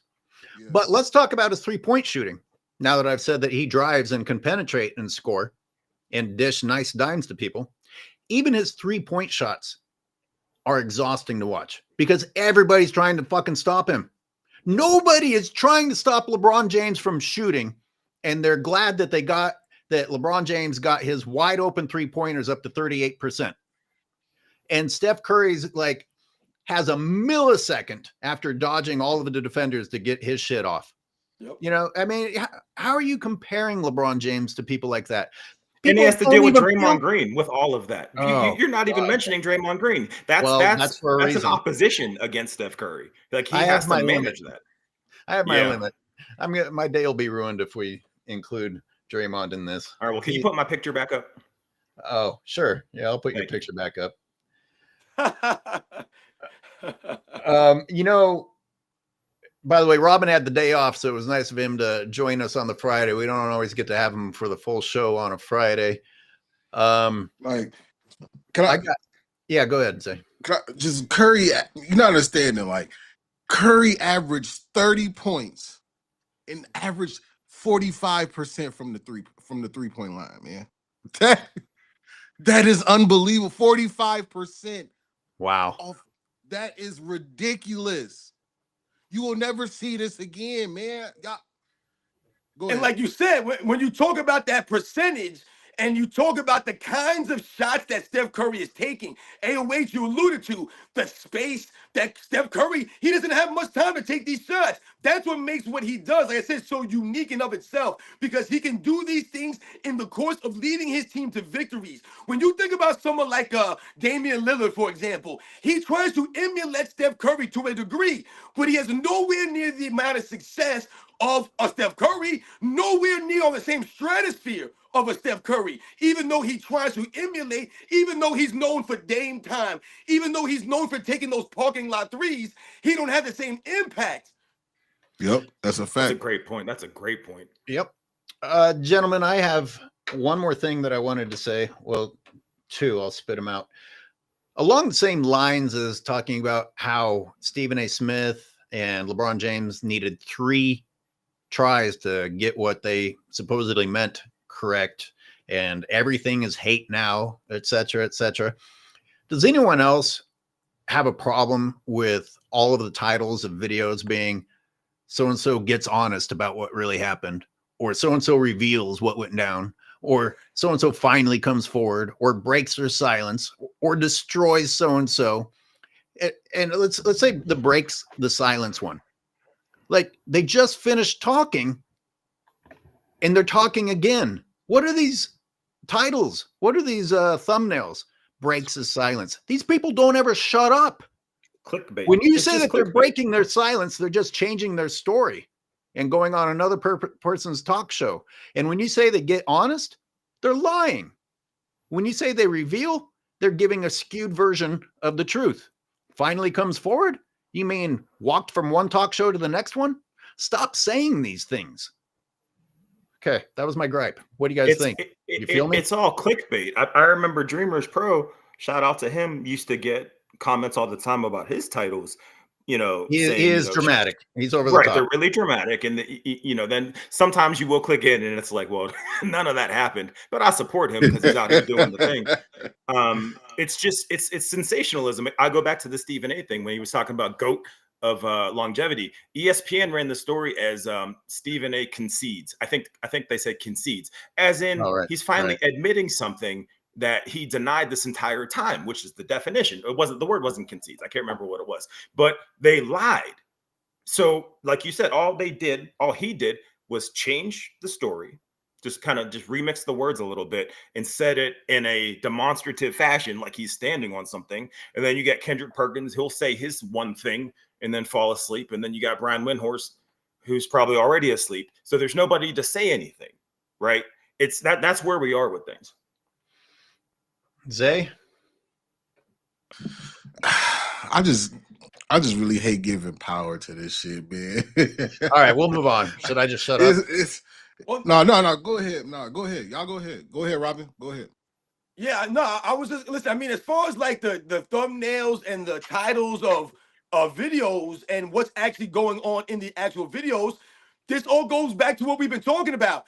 That's why these guys have no credibility, because they're just out there for clicks and views. So if you're just out there that's why we laugh at Gilbert Arenas, man. This guy's a joke, man. He's a clown. He claims to be a student of the history of NBA basketball, but then when you listen to him speak, he sounds like a straight goofball, man. He sounds like someone who's just saying things for clicks and views, just for out there for the money and the fame. And that's what a lot of these guys, once these fools found out that they can have their own podcast and they can go out here and make some money saying some nonsense and get some hot takes, once people found out that was a thing, all of a sudden, that's what people do now. So I know that a lot of people may not agree with a lot of takes that we have. I know that we didn't agree early on the Nikola Jokic MVP thing. I know a lot of people don't agree with me on a lot of things that maybe I say. But the one thing that I always try to do is remain consistent. And I always try to say the same across the board. So you can't turn around and say, oh, I said this one day and then I said this the next day. I try to remain consistent with everything I say and hold on to my integrity, man, so that once again, I have credibility with what I'm saying. Real quick before we move forward, I'm sorry, real quick. That's such a great point, Robin. The biggest example of that is when the Lakers won the in-season tournament and they looked like psychopaths celebrating with goggles and wine and stuff.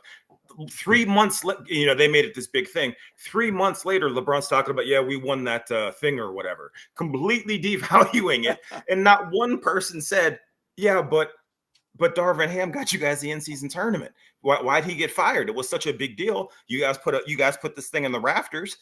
So there's nobody challenging. Just 3 months ago, you said this was great. And now it's just this thing. I don't understand. Which one is it?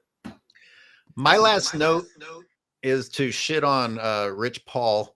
And I think I was listening to the soundbite on Uncommon's channel, and I had to turn it off. Usually I'll force myself to listen to a soundbite, but man, that guy is painful.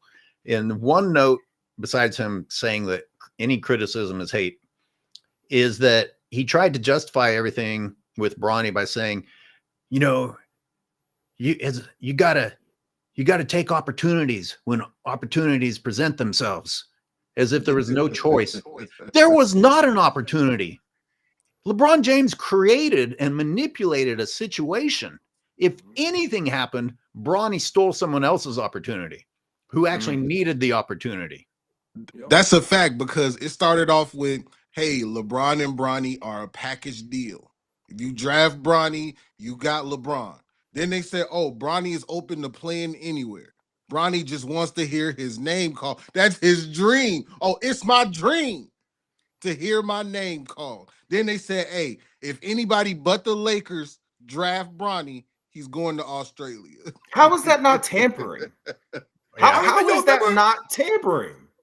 Remember Brian Windhorst said that the Lakers drafted LeBron James Jr. in the hopes of getting a more engaged LeBron James. That's what he said on TV. He really that's said in my that. video. Yep, did a whole video on it. They said That's this embarrassing. is his extra interest in the season.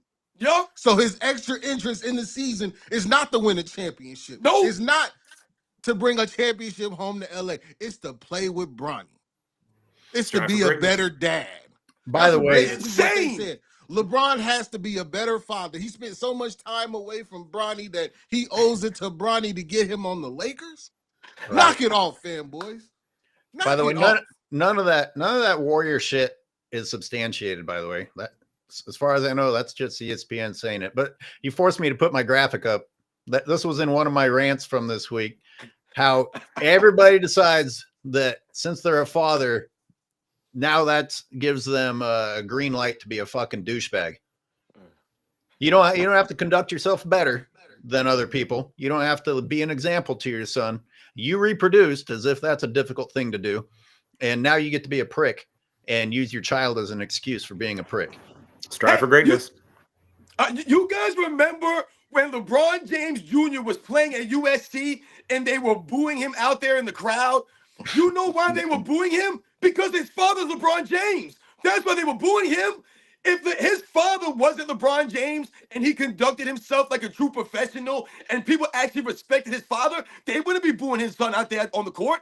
But they were booing LeBron James Jr. out there. Why were LeBron James sitting out there on the court, man? Because why? Because it's LeBron James Jr., man. That's exactly why. Monroe, next season's going to be nuts with Bronny in that roster. Next season's going to be insane, depending on how this season finishes, what they do with Bronny in that roster spot. Yeah, because time is running out, man. Bronny does not, besides him scoring on the Jazz, you know, these teams that with 2 minutes left to go. He said the Jazz. Like, 2 minutes left to go. Everybody else is left. LeBron's gone. His dad ain't even there. You know, he's in there against the Hornets. Right. You can't name a player on the floor. You like, damn, who the fuck is this? Who's that? Who's number 64? They got weird numbers. I seen somebody with 93. I'm like, damn, they got my number. If you haven't, you don't even need to be a sports fan to understand that Bronny getting drafted by the Lakers it may be the biggest farce in the history of sports. I don't think I'm on a ledge saying that. I can't think of anything. I can't think of any single moment that was more embarrassing and more telling of somebody's motives than that single moment. That to me, that's like Lance Armstrong cheating levels of just like nastiness.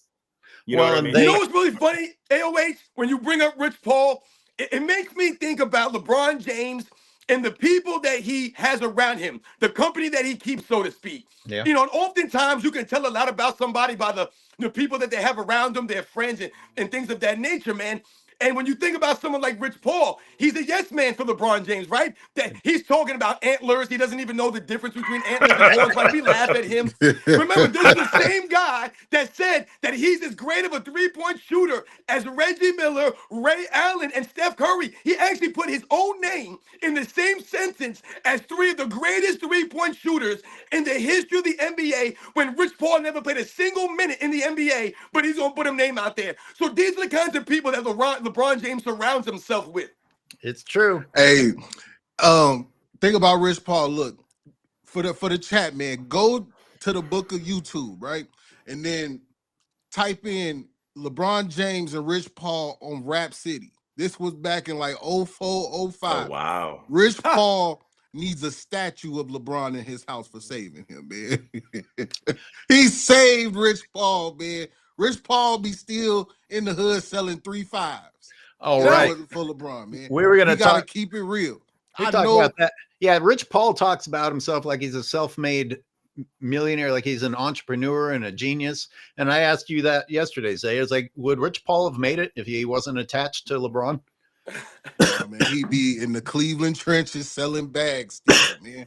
Selling throwbacks. He was a great three-point shooter. Jesus. Selling West Sunset throwback jerseys. That question doesn't even need to be asked. I feel like, well, he works hard, he hustles, blah blah blah. Yeah, well, it's not hard to do those things when you're propped up by the dude who owns the NBA. And the fact that Clutch as an entity isn't investigated also tells you where everything is, because they've been moving in a nasty way for years. The AD fiasco was tampering 101. Like if you had to watch like an instructional video on how to tamper, that's exactly what took place. Between that and the Bronny thing and the embarrassing Russell Westbrook pickup, which if you had any common sense, you would know was a win-win for LeBron, because if they win with Russell Westbrook, it's because LeBron made him great. If they lost with Russell Westbrook, it's just Russ being Russ. I watched that man get drugged through the mud for weeks when he just averaged a triple-double for like 3 years in a row. So it was disgusting. And I feel like he couldn't even say anything. His wife had to send like these little subtle shots over the internet, because he probably wasn't allowed to say anything. They were so brutal. Bad. They were so brutal during that time. I really gave it props to Russell Westbrook for keeping his mouth shut as much as he did, because man, they were being real fucked up to him. I've got to get this Monroe quote over with here. He corrected me. Well, he added on, because Rich Paul kept digging himself a deeper hole. First, there wasn't an opportunity there. And then secondly, he added on, and you're underdeveloped. Well, that's a contradiction. There isn't an opportunity there if you aren't developed yet. You develop in college. You don't get an $8 million contract to go develop in whichever games your dad decides that you should have to travel for. We have never seen a G League player dictate when he's gonna play. That's how bad it got. You don't want to get on Spirit. You don't want to get on American Airlines because they charging bags. They charging for bags now, y'all. Come on, man. Southwest, my bad. But like, come on, knock it off. You don't want to get on the road and play? What are you there for? You're there for a prop. You're there for a picture. You're there to uplift your father's legacy. This isn't about you playing in the NBA. This isn't about you getting better because, hey, you're supposed to be dropping 16 in the G League. You're supposed to be doing these things. He wasn't even ready for the G League when he got there, let alone the NBA. He wasn't ready for USC, Zay. Say he wasn't ready for USC. I mean, what are we talking about here? But that sounds like hate. It's not hate. It is a fact, because you can compare his development. You can compare his statistics to a sample size of, the entire NBA. So these are facts. And the same thing is about to happen with Bryce. Bryce does not deserve to go to Arizona, man. Them kids he just doesn't even Fortnite, start man. for his own high school team. Wow. Imagine you a starter. You work hard, coach, like, man, you starting. You're a factor. You're a role player on this team, etc. And then you see the guy on the bench with all the offers. And just to be clear, everyone, we're hating for talking about what's happening. It's hate. I hate black people, black kids, black empowerment. I hate all of it. This is when someone like Rich Paul, who's supposed to be your true friend, is supposed to tell LeBron James, yo, listen, man, this is a bad look if we draft your son to the Lakers, man. Thank you. Like, come on, dude. Let's wake up here. Let him do his thing. He's going to be all right, man. Let him go out there and go to the G League. Let him spend another year at USC. The man almost died in college. Let's not forget that. Let's put things in perspective. Let's be humble once again. But no, Rich Paul didn't do that. He didn't say that to LeBron James. He didn't put him in reality, because that's what true friends are supposed to do. When you think about Anthony Davis coming to the Lakers, well, who's Anthony Davis' agent? It just happens to be Rich Paul, guys. So you're telling me that's not illegal in some degree? I mean, my God, man, he literally came there and saved LeBron James in LA. But when no one's going to talk about this. Well, it was illegal. He was fined. He was found guilty. But so what? I forgot that. $5,000 fine, and then continue cheating. You got the championship, though. Continue cheating. Pay your fine. It's like the pollution companies. Oh, you caught us once. Here's my $5,000 fine for $20 billion worth of damage. I don't know if you guys remember this, but when they were covering the bubble championship, which I will never count as a real championship, Never. the stories the stories, right? Never from the source. The stories were always, you know, LeBron stormed out of this meeting. He says we need to go home and be with our families, blah, blah, blah. And I thought to myself, who believes He don't even. this? Right. This is the easiest championship anybody will ever get. And I would say that whoever won it, nobody wanted to be there. It was the crowd wasn't there, which does play a factor. That plays a big factor. Right. There's no A traveling. big factor. It's not a legitimate NBA playoffs. Like, no matter how you slice it. They talk about the bubble like it was the Game of Thrones or something, man. Or like Running Man, or they're like, oh my God, it was the worst conditions ever. They had to sleep in hotel beds, comfortable hotel beds for 45 days. Oh my God. Like Hunger Games or Knock it something. off. like Hunger Games or Squid Games or something. You know what I mean? Like, dude, for real, man. They sleeping in extended hotel beds. They're not sleeping on the regular hotel beds. Come on, man. They got the nice the extended shack long beds. Hope they survive. And their pillows had memory foam. That's a big deal. Like, damn. Y'all was sneaking girls into the bubble, all type of shit. That's when Taylor Rooks rose to fame. Rachel Nichols was almost pregnant by Jimmy Butler in the bubble, man. Knock it off, man. Hey, the way those guys operate, cut it out. She probably was impregnated by a few people in the bubble. So Austin, thank you for the super chat. Let me get through a couple of these. LeBron has instructed the league office not to give Lakers as many calls when he is out. Lucas said it's not fair. This way, when he returns, he's him. That's interesting. Yep. That's a good one. And it sounds ridiculous, but this is the world we live in now, that you actually have to consider these things. That's true, LH. And hey, I just want to say one thing in Bronny's defense when we say that these things are his decisions. I'm not sure these things are his decisions. That's the only defense I'll give him. Like not traveling or not going with the team. Shit. I mean, how many decisions has Bronny made for himself? I don't know. I mean, are you guys going to tell me that narcissist LeBron James isn't overly controlling? Like, you don't think you think Bronny speaks his mind? He's legally an adult, right? So there's no way that LeBron can continue to tell him what to do. It still takes a lot of bravery to stand up to your dad, especially when it's a narcissist billionaire like LeBron James. It makes me think LeBron's holding something over his head, like maybe like an inheritance or something like that. Because it's clear as day Bronny doesn't want to be there. You can see that in his eyes anytime he's on camera. He's staring into space, and how do you feel that the only thing you want to do is play Call of Duty, and they got you just wants to play Fortnite? That's it. It's like that father that got you in the family business, but you don't want to be in the family business no more.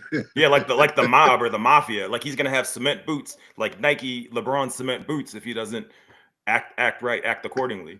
Like, Dad, I don't want to run the cleaners. I'm like, nah, man, you got to run the cleaners.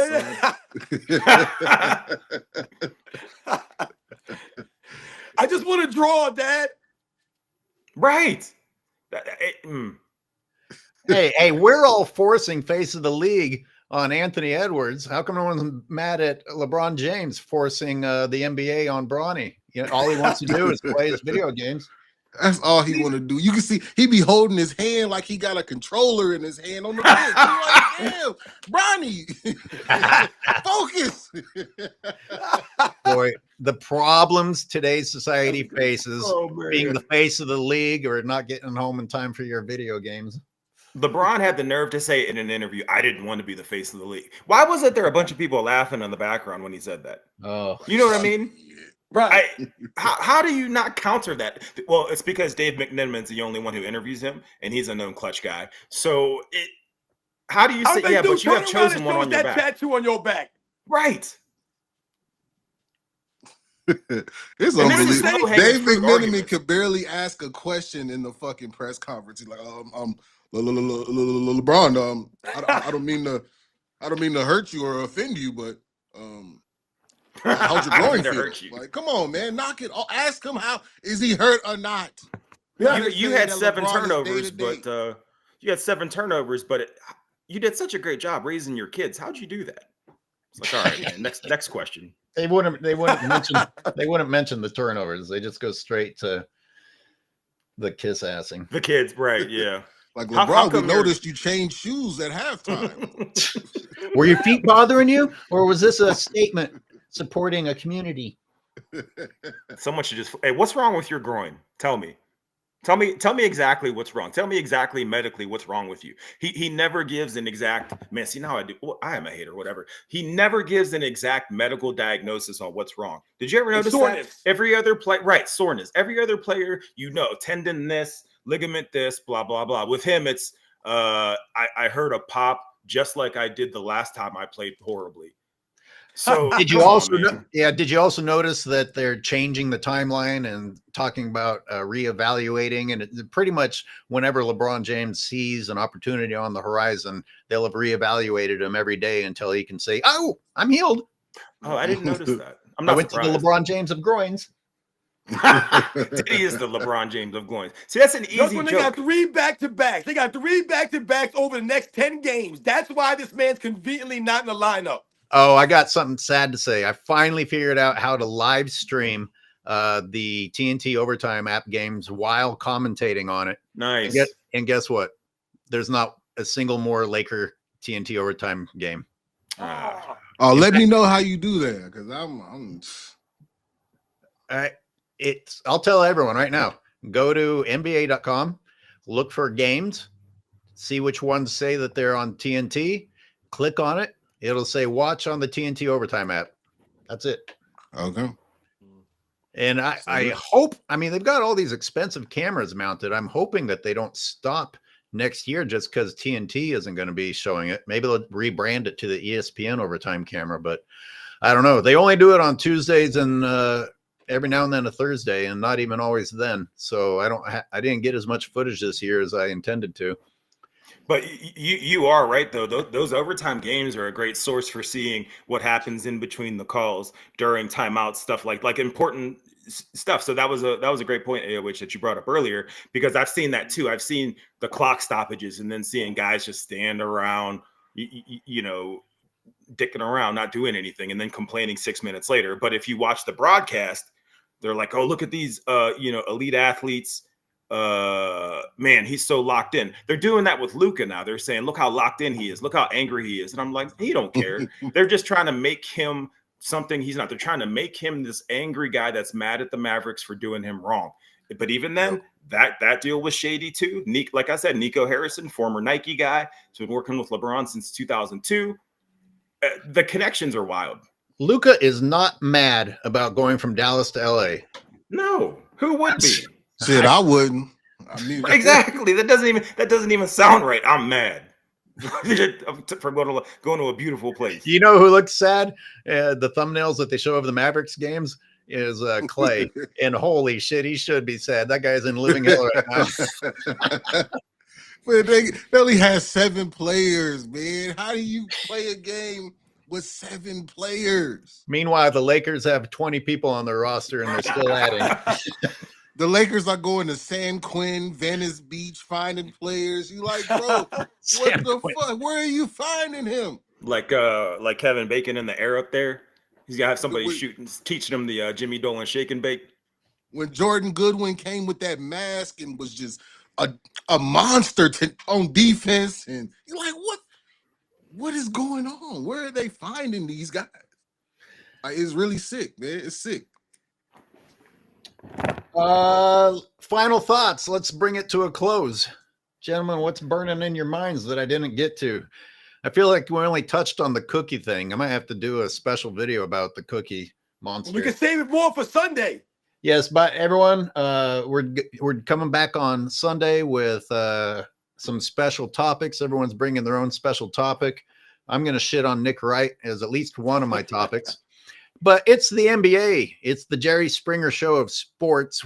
I'm sure there'll be about 1 billion other things for us to talk about between now and Sunday. So there'll be plenty. I want to say something. Thank you to the chat. We just hit 10K, man. 10K Zay.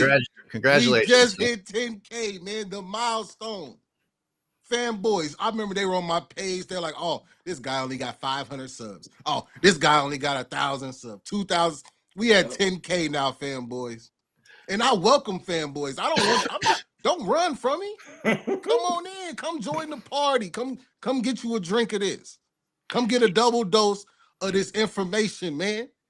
And you know Thank what, you. Zay? I think it was your channel, the first one that pointed out that LeBron had Markieff Morris get up and walk with him over to Stephen A. Smith, as our super chat is pointing out. I mean, that is I did not know mind. that. That's because you don't watch any of my videos, you fucking hater. I watch all your videos. I just forget them. They're forgettable. What do you want me to do? Oh my God. See, it was Reggie Miller's. No. God damn it, what's his fucking name? Man, that dude looks like an alien. Richard Jefferson's criticism of my channel that's making my channel fail. It's your fault. Let me just blame other people. Oh, by the way, somebody put a great comment in my video of Richard Jefferson getting humped by LeBron. Ugh. He said, "Oh yeah, that was me. I sent you." Oh, he went straight to Panera after that. That's funny. That's pretty. Wait, Zay, that was you? Yeah, that was sick. I did it. It was in my video. That was. Man. It was sick. That's pretty great. I would never run up behind my homeboy and grab them like that and start humping him. Like what? I saw Blake Griffin do something similar to a ball boy. So he didn't hump him. A thing. No, he did something worse. Y'all remember what they did to Anthony Davis in college? I vaguely remember something. Oh, when he was like when they put his fingers in the booty. Oh shit! I didn't see that part. Oh, you got it. Hey, actually, real quick, thank you, Vonnie. I've given your channel so much money, AOH, that if I want to skip a video or 7 or 8, I should be allowed to do that.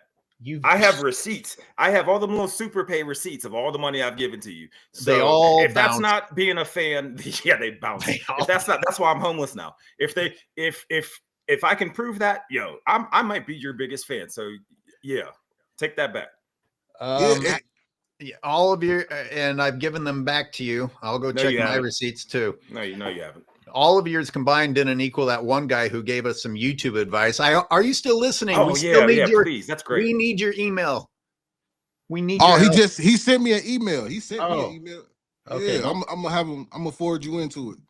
Thank you. Damn right you are. You better. Hell yeah. He said, man.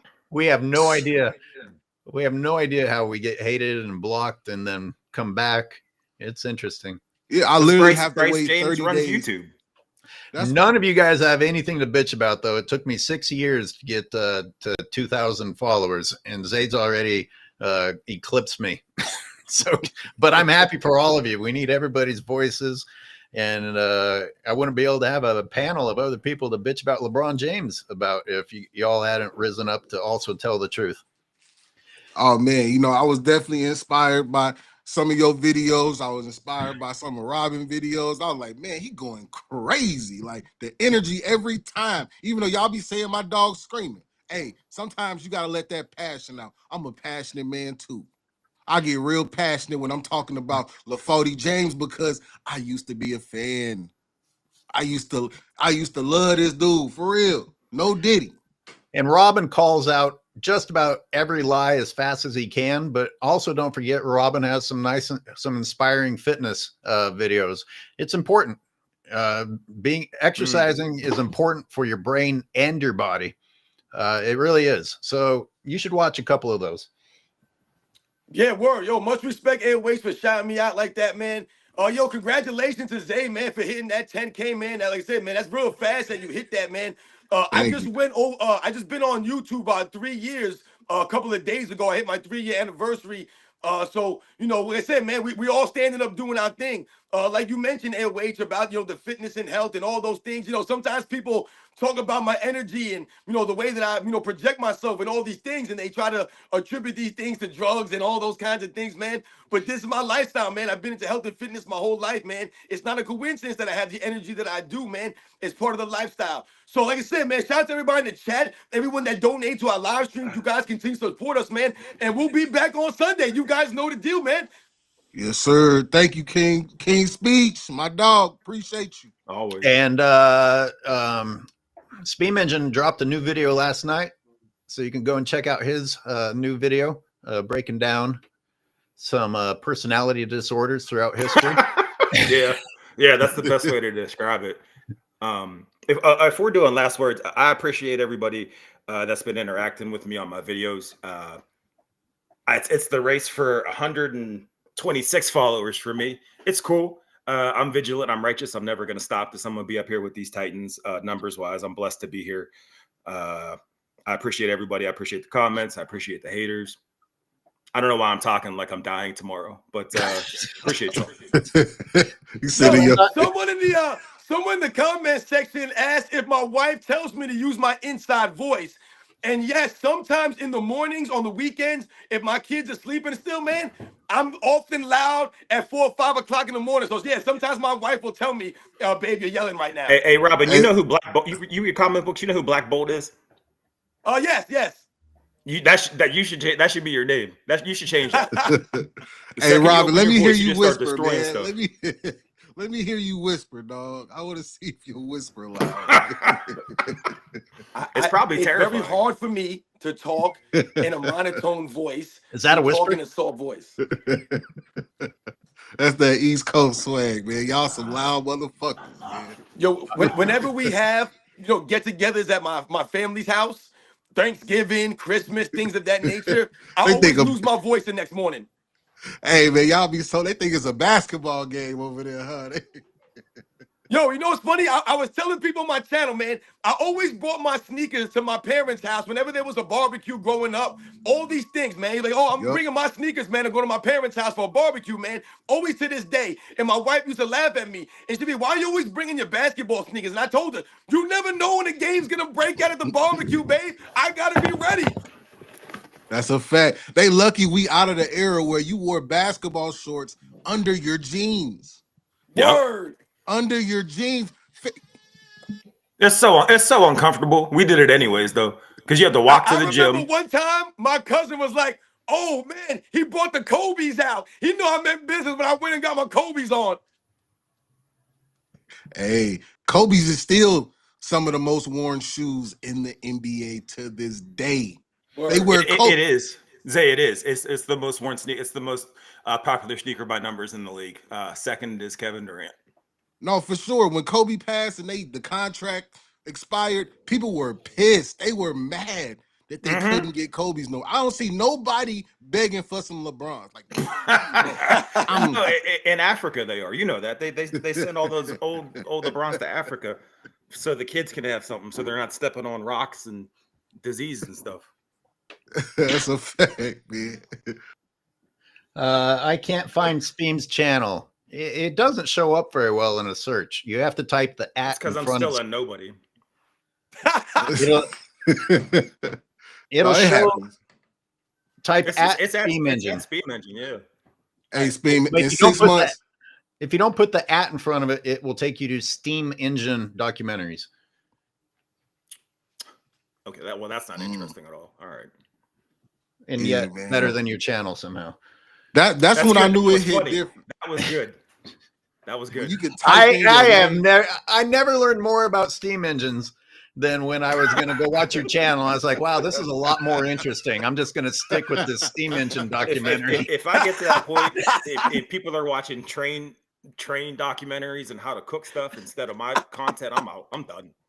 Oh. All right, everybody say goodbye. Hey, y'all, I appreciate y'all, man. For real, it doesn't feel real. Some days it just doesn't feel real that we have this much support and love. Thank you. Seriously. Thank you for showing out for us, man. We really appreciate this. The world needs to hear these takes. They need to know the truth. AOH, you one of the ghosts, man. Robin, you one of the ghosts, man. Speam, you on your way to being one of the young goats, man. Keep going. Keep being consistent. Keep dropping. Don't give up on this shit, man. It's coming. I'm gonna start crying. I'm gonna get emotional. You gotta chill. I shouldn't do this, but I'm going to end the show with a yes or no question because Robin walked off the screen. Should MVP voting be decided months before the election? Yes or no? Absolutely not. All right, there we go. That's all I was saying. All right. Awkward bye. Everyone will see